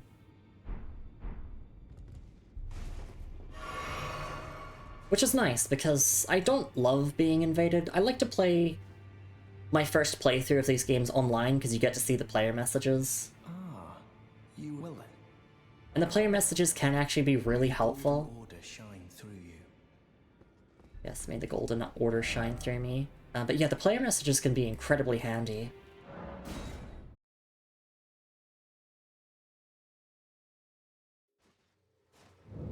So actually, what if I interact with you?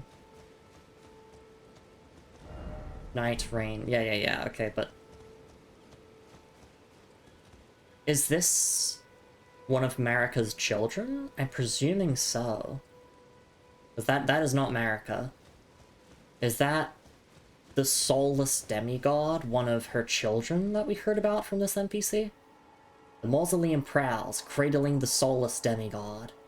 O Marika, Queen Eternal, he is your unwanted child. Yeah, so I just like bringing this up again, because maybe, that is the child in that church there.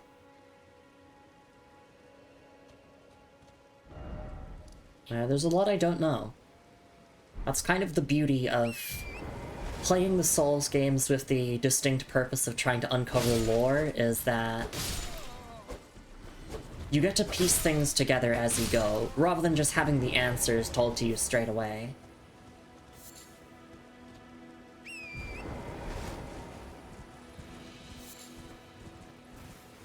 And this was, like, very normal for a Souls game. Like, early on in Souls games, you get a bit of lore and a bit of context for things, but you don't get anything major.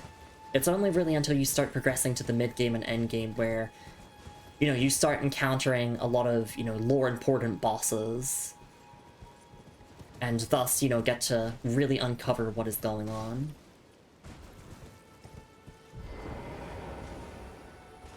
One thing I can say for certain is that Queen Marika has too many children.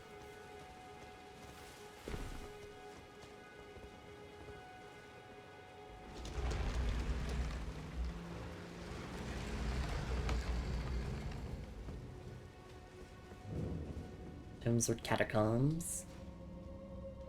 So potentially we might find traces of this soulless demigod.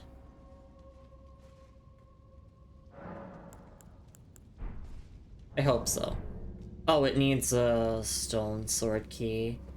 Think. No, why? I don't want to use my stone sword keys.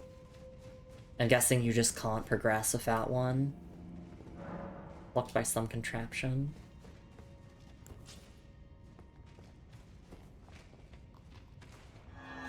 I have a lot of stone sword keys, so I will use one here.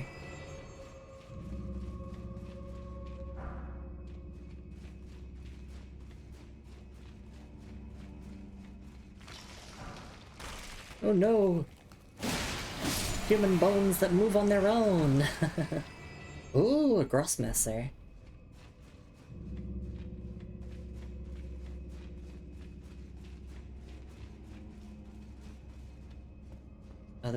This dungeon might be a lot larger than I thought. This could be something that we save for next time, because I am noting the time. It's been about nearly 4 hours. And I do actually have some house guests coming over later in the afternoon. I want to make sure like I'm ready for them. How long will you be going? Trying to fix upload speed right now. Either to the end of this dungeon or just finishing up now. Fire ahead. Here.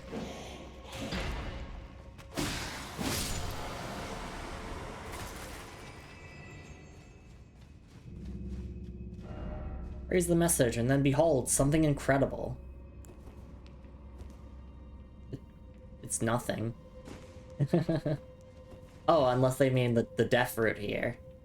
What looks like death root.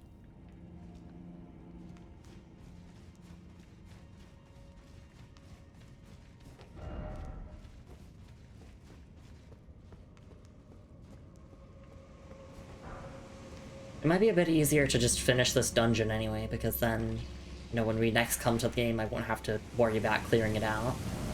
Try ranged battle. Try ranged battle. First off, try behind, then try bow. Oh. Skeleton ambush.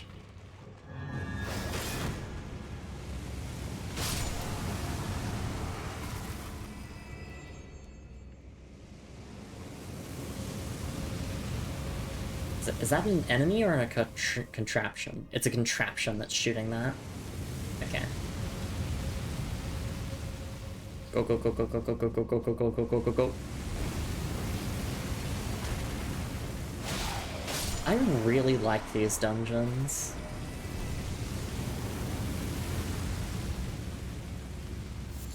Just like that classic, like, bite-sized dungeon. Skeleton! You don't have the right!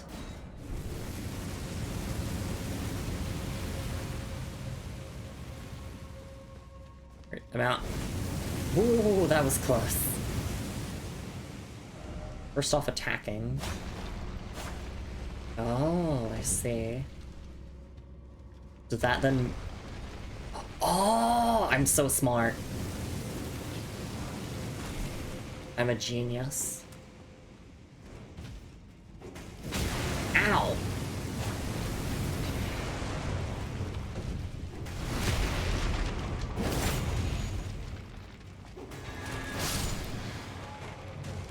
You going, undead? Trap required ahead. Okay. We're of undead. Yep, okay, range battle. Yep, all that good stuff. Rattling Pate, thank you. And some more ash materials.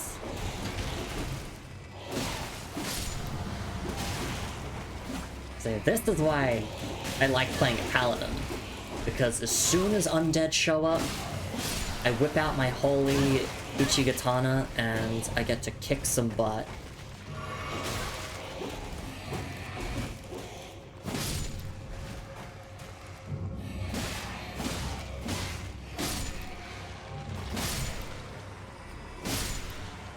There we go. This is not getting fixed tonight. Oh, I'm so sorry to hear it, darling.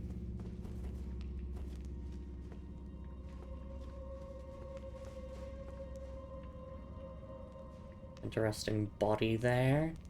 Just like looking at that dead body. Trying to, you know, pay attention to like the environmental details, because I don't often do that.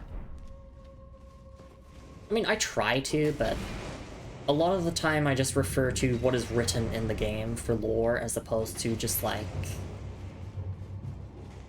trying to stare at the environments and be like, what could this mean? Can I go up here? Do I have to hit it again? Oh, I see. Oh my god, stop.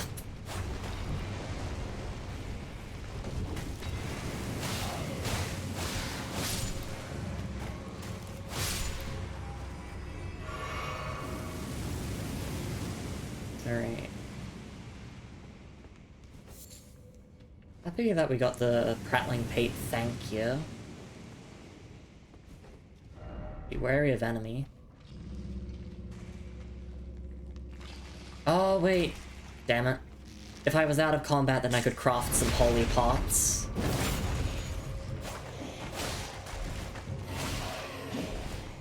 There's some regular pots I can throw.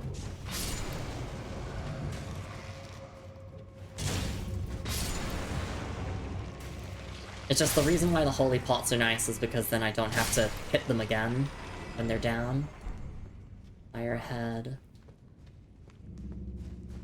It seems like the point of a lot of these catacombs is really just to get yourself some more ash upgrading materials and any, like, bonus things.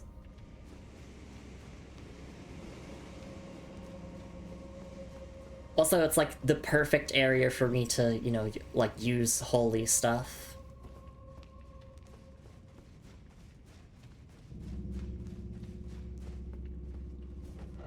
Visions of Rump. Somewhere a heavy door is opened, so that will take us to the boss.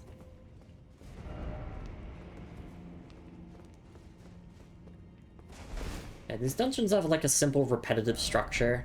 You know, they're not anything like life-changing. And obviously, like, they're very optional. They're just kind of here to give you, you know, some safe environments to try out your build, you know, get some extra goodies, get upgrade materials. They're pretty inoffensive. I can see why these would be annoying on repeat playthroughs. But yet again, it's like, you can just ignore it. You don't have to do them. The game's not forcing you to. Alright. Prattling Pate, thank you. Twisted clay sculpt in the shape of a human head emits a voice that says, "Thank you." A wistful fetish that imparts voices and words on an eternal journey. Thank you. Sorry, I have to say it like that. Thank you. We got help me, or please help and thank you. These are cute. I like these. Okay. And then we have the Grossmesser, or Grossmesser, I don't know how to say it. Curved sword boasting a large blade. This weapon is designed to make a use of its weight in combination with its sharp cutting edge. A thoroughly reliable choice of weapon for those who can master its particulars. And the skill is Spinning Slash. It is a... primarily actually needs strength to wield. I was gonna think it would need a bit more dexterity, but no. Because, you know, whenever something, you know, mentions, like, mastery, I'm like, oh, that would be, like, dexterity, right? But I guess not. Also, speaking of dexterity, look, my stats are bloated all the way up, thanks to the Radagon seal. That's really, really nice. I'm really glad that I got that. Alright. And then the arrow... arrows used with small and long bows, unremarkable in any way, shape, or form. Thank you for keeping the description brief, FromSoft. Alright.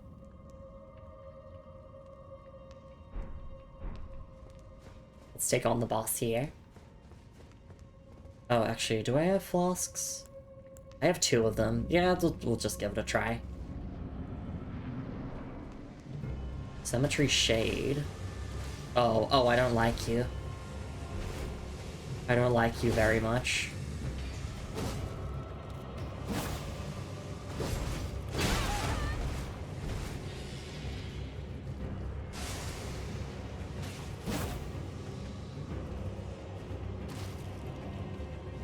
Maybe you can try guard counter?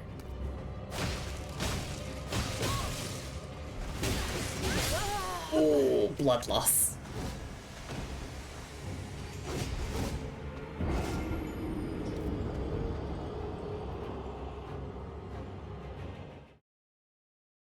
Alright, well the run back should be, like, non-existent, because we have this here, and I do want to use this. Does this, like, go deeper in, or does this just get me some loot?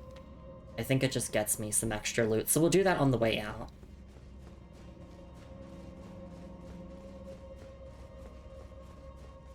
I think the game does give you enough stone sword keys to grab everything, so I shouldn't have to worry about hoarding them too much.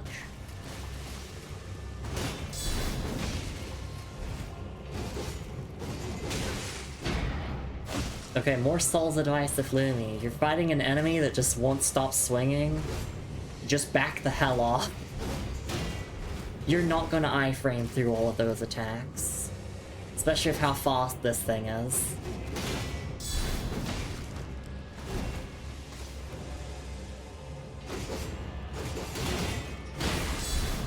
Oh, they got blood loss through my shield.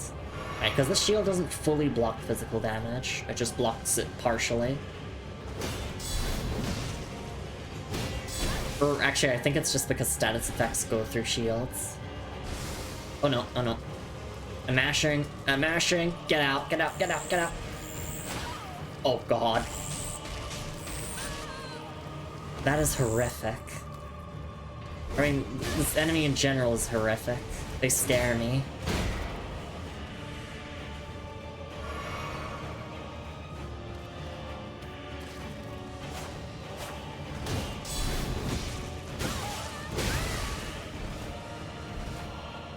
Alright, I'm also taking increased damage because of my talisman I have equipped. Oh! That was way closer than it should have been. Oh, we got Lutel the Headless.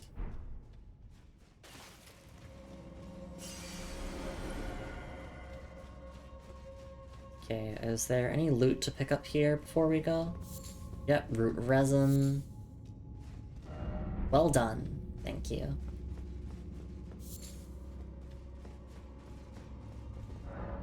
Alright, let's go and get that loot at the entrance. Let's read our item descriptions, and then we will wrap things up.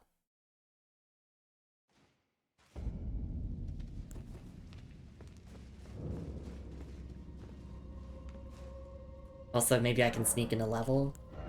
No. Maybe if I used some of my consumable runes, but I cannot be bothered to do that right now.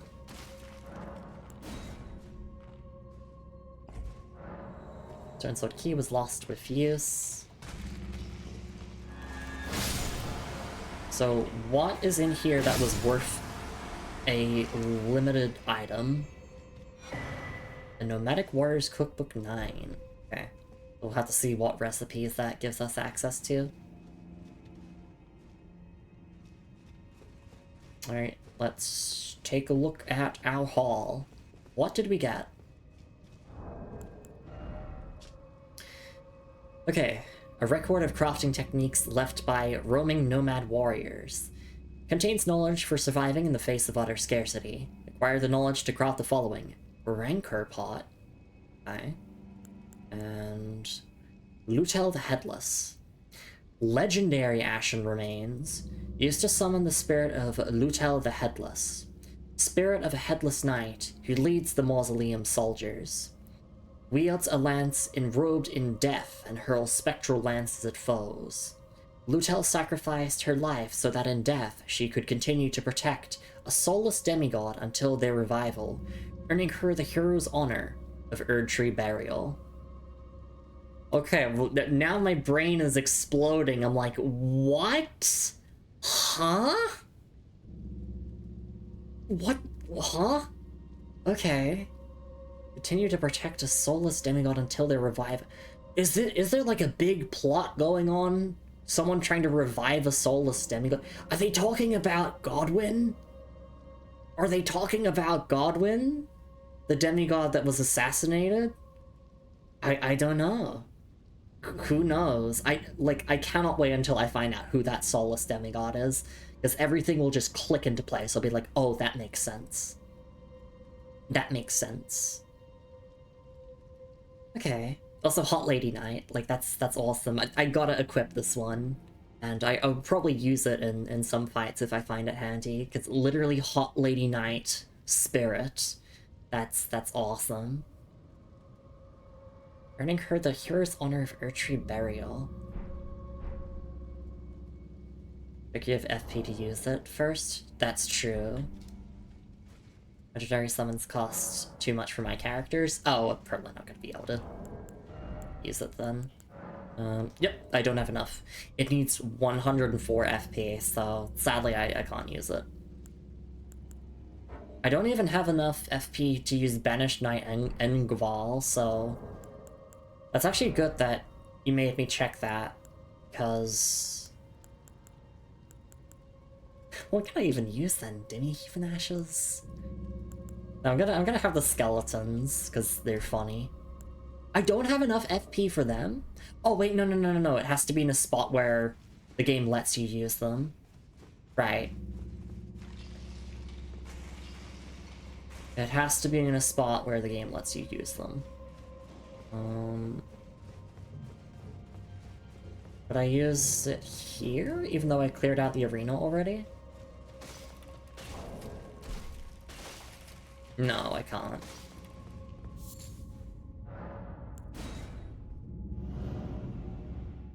But yeah, that is a pretty heavy FP cost to call in the Hot Lady Knight. The Headless Hot Lady Knight. We'll have to try that out next time, I suppose. Yeah. Alright. Yeah, look how much stuff that we got here in the Weeping Peninsula. We went to the Minor Erdtree, we did an Everjail, we did a lot of dungeons, we got some more lore at the Church of Pilgrimage. We met Arena, which we will be helping her out.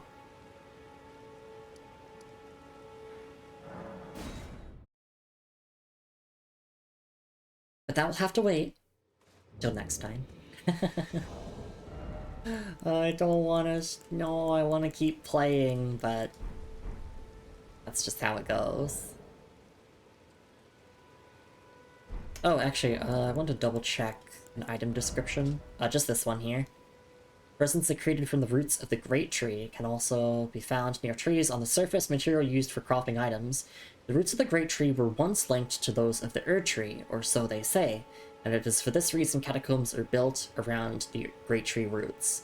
So yeah, before I was incorrectly misidentifying the roots as the Death Roots, but nope, it is the Great Tree roots, which, I mean, technically, Death Root was spread through the Great Tree, so I'm not wrong about it, per se. But yeah, I just wanted to double check this again, just, like, you know, recap myself on, like, the lore of the Great Tree. Alright.